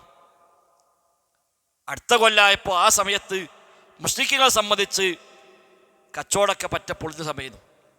കച്ചവടം പൊളിഞ്ഞ്, കൃഷിയില്ല, സാമ്പത്തികമായിട്ട് പറ്റ കുഴങ്ങിയ നേരമാണ്. അവർക്കൊരു യുദ്ധം ചെയ്യാവുന്ന സാഹചര്യമല്ല. യുദ്ധം ചെയ്യണമെങ്കിൽ അതിന് ആയുധം വേണം, സൗകര്യം വേണം, സമ്പത്ത് വേണം. അതിനൊന്നും പറ്റിയ ഒരു സീസണായിരുന്നില്ല അവർക്ക്. അപ്പം നബി വിചാരിച്ചു, അബൂ സുഫിയാൻ എന്ന് പറഞ്ഞതാണല്ലോ, എന്തായാലും ഒരു ടീം വരാതെക്കൂല. നബി സ്വഹാബികളെ വിളിച്ചു കൂട്ടി, എന്താ വേണ്ടി നമുക്ക് ഒരുങ്ങാം. സ്വഹാബികൾ തയ്യാറായി. അബൂ സുഫിയാൻ ആണെങ്കിൽ ഒരു വാക്ക് പാലിക്കാതെക്കാൻ പറ്റില്ല. വാക്ക് പറഞ്ഞാൽ ഒരിക്കൊക്കെ മുസ്ലിക്കാണെങ്കിലും പോലും അയാൾ തന്ന വാക്ക് പറഞ്ഞാൽ ഒരു പാലിക്കുമായിരുന്നു. അപ്പോൾ അബൂ സുഫിയാൻ വെച്ച് എന്താ ഇപ്പം ചെയ്യുക? നമ്മൾ അന്നത്തെ ഊക്കിൽ പറഞ്ഞും ചെയ്തു, നീ കാണാം, നീ ചെല്ലാഞ്ഞാൽ അതും പ്രശ്നമാണ്, ചെന്നാലോ ജയിക്കാതായാലും കഴിയൂല, അതിന് പറ്റിയ ചുറ്റുപാട് ഇപ്പം ഇല്ല. അപ്പോൾ അബൂ സുഫിയാൻ ചെറിയൊരു പണി ഒപ്പിച്ചു. 2 ആളെ മദീനത്തേക്ക് പറഞ്ഞയച്ചു സ്വകാര്യത്തിന്. ഒരു മദീനത്ത് പോയിക്കാണ്ട് ഇങ്ങനെ അങ്ങാടി കൂടെയൊക്കെ നടന്നിട്ട് ഉള്ള നമ്മളെ ആശയം പറഞ്ഞാൽ ഉള്ള പീടിക കൊലയമ്മലും ഹോട്ടലിലൊക്കെ ഇരുന്നിട്ട് ഓലിങ്ങനെ പറഞ്ഞു നോക്കി, മക്കത്ത് ഭയങ്കര ഒരു സൈന്യം റെഡി ആയിട്ട് ഇങ്ങോട്ട് വരാൻ വേണ്ടി അവിടെ പ്രചരിപ്പിക്കപ്പെടുന്നത്. വമ്പൻ സൈന്യം മക്കത്ത് ഒരുങ്ങുന്നുണ്ട്, മദീന ഒന്നാകത്തോടുകൂടി തകരും എന്ന് നാട്ടുകൂടി മൊത്തം ഇങ്ങനെ പ്രചരിപ്പിച്ചു. അപ്പോൾ ഇത് കേൾക്കുമ്പോൾ ബേജാറുണ്ടാവുമല്ലോ. നാട്ടിലൊക്കെ മൊത്തം സംസാരമായി, മക്കത്തിൽ വലിയ ടീം വരുന്നുണ്ടല്ലോ, നമ്മൾ ഒന്നാകത്തോടി തകർക്കാൻ വേണ്ടി. ഇന്നന്നാസഖദ് ജമഉ ലക്കും, സൂറത്ത് ആലി ഇംറാൻ ആയത്തിറക്കി, ജനങ്ങളെല്ലാം ഇതാ നിങ്ങൾക്കിതായിട്ട് ഒരുമിച്ച് കൂടിയിട്ടുണ്ട്, ഫഖ്ശൗഹും, പേടിച്ചു കൊള്ളൂ എന്ന് അബൂ സുഫിയാൻ വിട്ടൊരു വിടലേ. അപ്പം ഇത് പേടിച്ചിട്ട് മുഹമ്മദ് നബിയും കൂട്ടരും വരാതെക്കുന്നതാണ് ഒരു കണക്കൂട്ടിൽ. ഒരു വലിയ സംഘം മക്കയിൽ നിന്ന് വരുന്നുണ്ട് കേട്ടാൽ അത് ഏതായാലും നമുക്ക് പ്രതിരോധിക്കാൻ കഴിയില്ല. ഇത് പേടിച്ചിട്ട് ഇവർ മുസ്ലിമീങ്ങൾ വരൂല. അപ്പം നമുക്കും പോണ്ട, ഞാൻ ഈ തൽക്കാലം പെയ്ക്കാനും തിരിച്ചിട്ട് പോരാ. അങ്ങനെ അബൂ സുഫ്യാനും കുറച്ചാളും കൂടെ മക്കത്ത് നിന്ന് പുറപ്പെട്ടു. ഞങ്ങൾ ബദർക്ക് പോവുകയാണ്, മുഹമ്മദ് നബിയും കൂട്ടരും ഇതാക്കാൻ വേണ്ടി പോകുന്നിട്ട് വീണ്ടും പോന്നു. കാരണം മക്കത്ത് ഇവിടെ കാത്തിക്കാണല്ലോ, ബദറിന് കാണുന്ന പറഞ്ഞല്ലേ. 2 ദിവസമാണ് പോയി വൈക്ക് അവിടെ ക്യാമ്പ് ചെയ്തിട്ട് തിരിച്ചു പോയി. ഓല് എവിടെ മുഹമ്മദ് ഓലാരും വന്നിട്ടില്ലാതെ തിരിച്ചു പോരാണ്ട് പോയി. അപ്പം മക്കൾക്കൊക്കെ സമാധാനമായോ, കണ്ടോ ഒരു വന്നില്ല, നമ്മൾ ജയിച്ചു. നബിയും സ്വഹാബിയാളും ബദർക്ക് വന്നു. ഓല് ബദറിലെത്തി നോക്കുമ്പോൾ അവിടെ ആരുമില്ല, ഇവരാരും വന്നിട്ടില്ല, അങ്ങനെ സംഭവമില്ല, വിഷയമില്ല. പോരുന്ന വൈക്ക് വലിയൊരു മാർക്കറ്റ് ഉണ്ട്, അവിടെ കുറച്ച് നല്ല കച്ചവടമുണ്ട്. അവിടെ കുറച്ച് ദിവസം കൂടി കച്ചവടമൊക്കെ ചെയ്ത് ഇഷ്ടംപോലെ പൈസ ഉണ്ടായി ഒരു തിരിച്ചു പോയി. മുസ്ലിമീക്ക് വലിയ നേട്ടം കിട്ടി. അവിടെയാണ് അള്ളാഹ് പറഞ്ഞത്, അല്ലദീന ഖാലലഹുമുന്നാസ്, ജനങ്ങൾ പറഞ്ഞു, ഇന്നന്നാസ ഖദ് ജമഉ ലക്കും, ജനങ്ങളെല്ലാം ഒരുമിച്ച് കൂടിയിരിക്കുന്നു, ഫഖ്ശൗഹും, പേടിക്കണം അവരെ. പേടിച്ചില്ല എന്ന് മാത്രമല്ല, ഫസാദഹും ഈമാന, ഈമാൻ വർദ്ധിച്ചു. വഖാലു ഹസ്ബുനല്ലാഹു വനിഅ്മൽ വക്കീൽ, ഞങ്ങൾക്ക് അല്ലാഹ് മതി. ഓര് എത്ര ആൾ കൂടി നമുക്ക് എന്താണ്, എത്ര ആൾ കൂടിക്കോട്ടെ നമുക്കൊന്നുമില്ല, ഹസ്ബുനല്ലാഹ്, അല്ലാഹ് മതി. അതാ ഇബ്രാഹിം തീരേക്കാണ് എറിയാൻ തീരുമാനിച്ചു. നാടൊന്നാകെ കൂടി എല്ലാവരും കൂടെ വിറക് കൊണ്ടുവന്ന് കൂട്ടിയിട്ട് വലിയ അഗ്നികുണ്ഡാരം ഒരുക്കി. ഇബ്രാഹിം നബി സ്വലാം ആ നാട്ടിലാണ് ജീവിക്കുന്നത്. ഇത് കാണുന്നുണ്ട്, വിറക് ഇങ്ങനെ കൊടുന്ന് കൂട്ടി കൂമ്പാലാക്കുന്നത് കാണുകയാണല്ലോ. ആകെ ബേജാറ് എത്ര പഞ്ഞ് കാട്ടുക അതൊന്നുമില്ല. ഹസ്ബി അല്ല, എനിക്കല്ല മതി. അത് ആ ലെവലിലേക്ക് എത്തണമെങ്കിൽ ഞാനൊന്നുമല്ല. മറ്റമ്പതായി ഞാൻ ഫോൺ വിളിച്ചു പറഞ്ഞാൽ മതി, ഞാൻ വിളിച്ചു പറഞ്ഞാൽ മതി, മറ്റാൾ പറഞ്ഞേക്കണ്, ഇവിടെ പറഞ്ഞേക്കണ്, അവിടെ പരാതി കൊടുത്തേക്കണ്, ഇവിടെ കേസ് കൊടുത്തേക്കണ്, ഇനി ബേജാറാകാനില്ല. അപ്പം അയിമക്ക പോകണം നമ്മൾ. അതൊക്കെ വേണം, മതഭൗതികമായ സംവിധാനങ്ങൾ. അയിമതല്ല ആശ്രയിക്കേണ്ടത്. അത് പേടിക്കാനില്ല, ഞാൻ അയാൾ വിളിച്ചു പറഞ്ഞിട്ടുണ്ട്. അങ്ങനെയില്ല, അങ്ങനെ നമ്മൾ തടുക്കാൻ പറ്റാരുമില്ല. അപ്പം റബ്ബിനെ മനസ്സിലാക്കുക, നമ്മൾ നമ്മളെയും മനസ്സിലാക്കുക. എന്നാൽ പിന്നെ ഓനെ സംബന്ധിച്ച് ശിർക്കുമില്ല, ഒരു കുഫറും ഇല്ല, ഒരു നിരീശ്വരവാദവും ഇല്ല, ഒന്നുമില്ല. അതില്ലാതാകുമ്പോഴാണ് എന്ത് പഠിച്ചോൻ എന്ന് ചോദിക്കാൻ ആൾക്കാർ ധൈര്യം കാണിക്കുന്നത്. റബ്ബിനെപ്പോലെ മറ്റു പലരും സ്ഥാപിക്കാൻ ധൈര്യം കാണിക്കുന്നത്. ഷിർക്കിൻ്റെ വഴിയിലേക്ക്, കുഫറിൻ്റെ വഴിയിലേക്ക്, ലിബറൽ വഴിയിലേക്ക് മനുഷ്യന്മാരെ പോണത് സ്വന്തത്തെപ്പറ്റി ഇല്ലാത്തത് വിചാരിക്കുകയും അള്ളാഹിനെ പറ്റി ഉള്ളത് മനസ്സിലാക്കാതെ പോകുകയും ചെയ്യുമ്പോഴാണ് നാശത്തിൻ്റെ കാരണം. അതാണ് നശിക്കാനുള്ള കാരണം. അതാണ് വഅമ്മാമൻ ബഖില വസ്തഗ്ന വകല്ലബ ബിൽ ഹുസ്ന ഫസനുയസ്സിറുഹു ലിൽ ഉസ്റ. ബഖില, പിശുക്ക് കാണിച്ചു. എപ്പോഴാണ് പിശുക്ക് കാണിക്കുക? നമ്മളുടെ തോന്നുമ്പോൾ അല്ലെങ്കിൽ പിശുക്കണ്ടല്ലോ. നമ്മൾ ഇത്ര പൈസ എന്തോ ഒരാൾ വരും, അത് കൊടുത്താണ്ടേ പറഞ്ഞു. കുറച്ച് പൈസ തന്നിട്ട് ഒരാൾ ഇവിടെ വരും, ഇത് കൊടുത്തോണ്ടി. അതിന് നമ്മൾ പിശുക്കണോ ആവശ്യമുണ്ടോ? ഓൻ വരുമ്പോൾ ഇതൊക്കെ ഇവിടെ കൊടുക്കണോ, പകുതി കൊടുത്താൽ മതിയോ എന്ന് വിചാരിക്കോ? നമുക്ക് വല്ലതും ഉണ്ടോ? മറ്റൊമ്പടെ ഏൽപ്പിച്ചു ഒരു കവറൊന്നും, ഒരാൾ വരും, ഇന്ന ആളെ വരിക, ഈ കവർ കൊടുത്താൽ മതി, അവിടെ കൊടുക്കും, കഴിഞ്ഞു. അവൻ വരുന്ന വരെ ഇതിൻ്റെ ഒരു സെക്യൂരിറ്റിക്കാരൻ, അവൻ വരുമ്പോൾ എടുത്തു കൊടുത്തു. അത് അല്ല പറഞ്ഞ, അല്ല തന്ന സമ്പത്തെന്ന് നിങ്ങൾ കൊടുത്തോളിയാറ്. നമ്മളിന് കൊടുക്കണ്ട, നമ്മൾത്തില്ല. നമ്മളുടെ തോന്നുമ്പോഴാണ് ബുക്കിലുണ്ട പിശുക്കുണ്ടാകുക. ഞാൻ നയിച്ചുണ്ടാക്കിയതാണ്, അത് കൊടുത്താൽ ശരിയാവില്ല. അത് ഇല്ല, നമ്മളെക്കാൾ നയിച്ചിട്ട് പലർക്കും ഉണ്ടായിട്ടില്ല. നമ്മളെക്കാൾ നയിച്ച മനുഷ്യന്മാരുണ്ട്, അവർക്ക് ഉണ്ടായിക്കണോ? നയിച്ചാൽ ഉണ്ടാകുമെങ്കിൽ നയിച്ച എല്ലാവർക്കും ഉണ്ടാവണ്ടേ? അതില്ലല്ലോ. വസ്തഗ്ന, അവൻ ധന്യത നടിച്ചു. പിശുക്കി ധന്യത കാണിച്ചു. എനിക്ക് ധന്യത ഉണ്ട്, എനിക്ക് എൻ്റെ ആവശ്യത്തിന് കുട്ടികൾക്കൊക്കെ ജീവിക്കാൻ മാത്രമുണ്ട്, 4 ബിൽഡിംഗ് ഉണ്ട്, അപ്പുറത്ത് സൗകര്യമുണ്ട്, ഒരു കുറച്ച് ഭൂമി വാങ്ങിയിട്ടങ്ങനെ കുട്ടിയൊക്കെ പേരെടുക്കാനത് മതി, ഇനിയിപ്പോൾ ബേജാറൊന്നുമില്ല. ഇല്ല. വസ്തഗ്ന വകല്ലബ ബിൽ ഹുസ്ന, അപ്പോഴാണ് ഹുസ്നയെ ഓൻ കളവാക്കുക. ഓൻ നരകത്ത് കണ്ടു പോകാന്നുണ്ട്. അതൊന്നുമില്ല, നമ്മളതൊന്നുമല്ല, നമ്മളങ്ങനെയൊന്നുമില്ല. നമ്മളൊക്കെ അൻതുമുൽ ഫുഖറാഉ ഇലല്ലാഹ്, ഫക്കീറന്മാരാണ് നമ്മൾ. ഒക്കെ പഠിച്ചോ തന്നിട്ട് വേണം. എല്ലാം അല്ലാണ്ടതാണ്. ഓൻ തന്നത് നമ്മൾ ഉപയോഗിക്കുന്നു, ഓൻ പറഞ്ഞ പോലെ ഉപയോഗിക്കും, അത് മാത്രം. ഓനീയല്ല മാത്രം.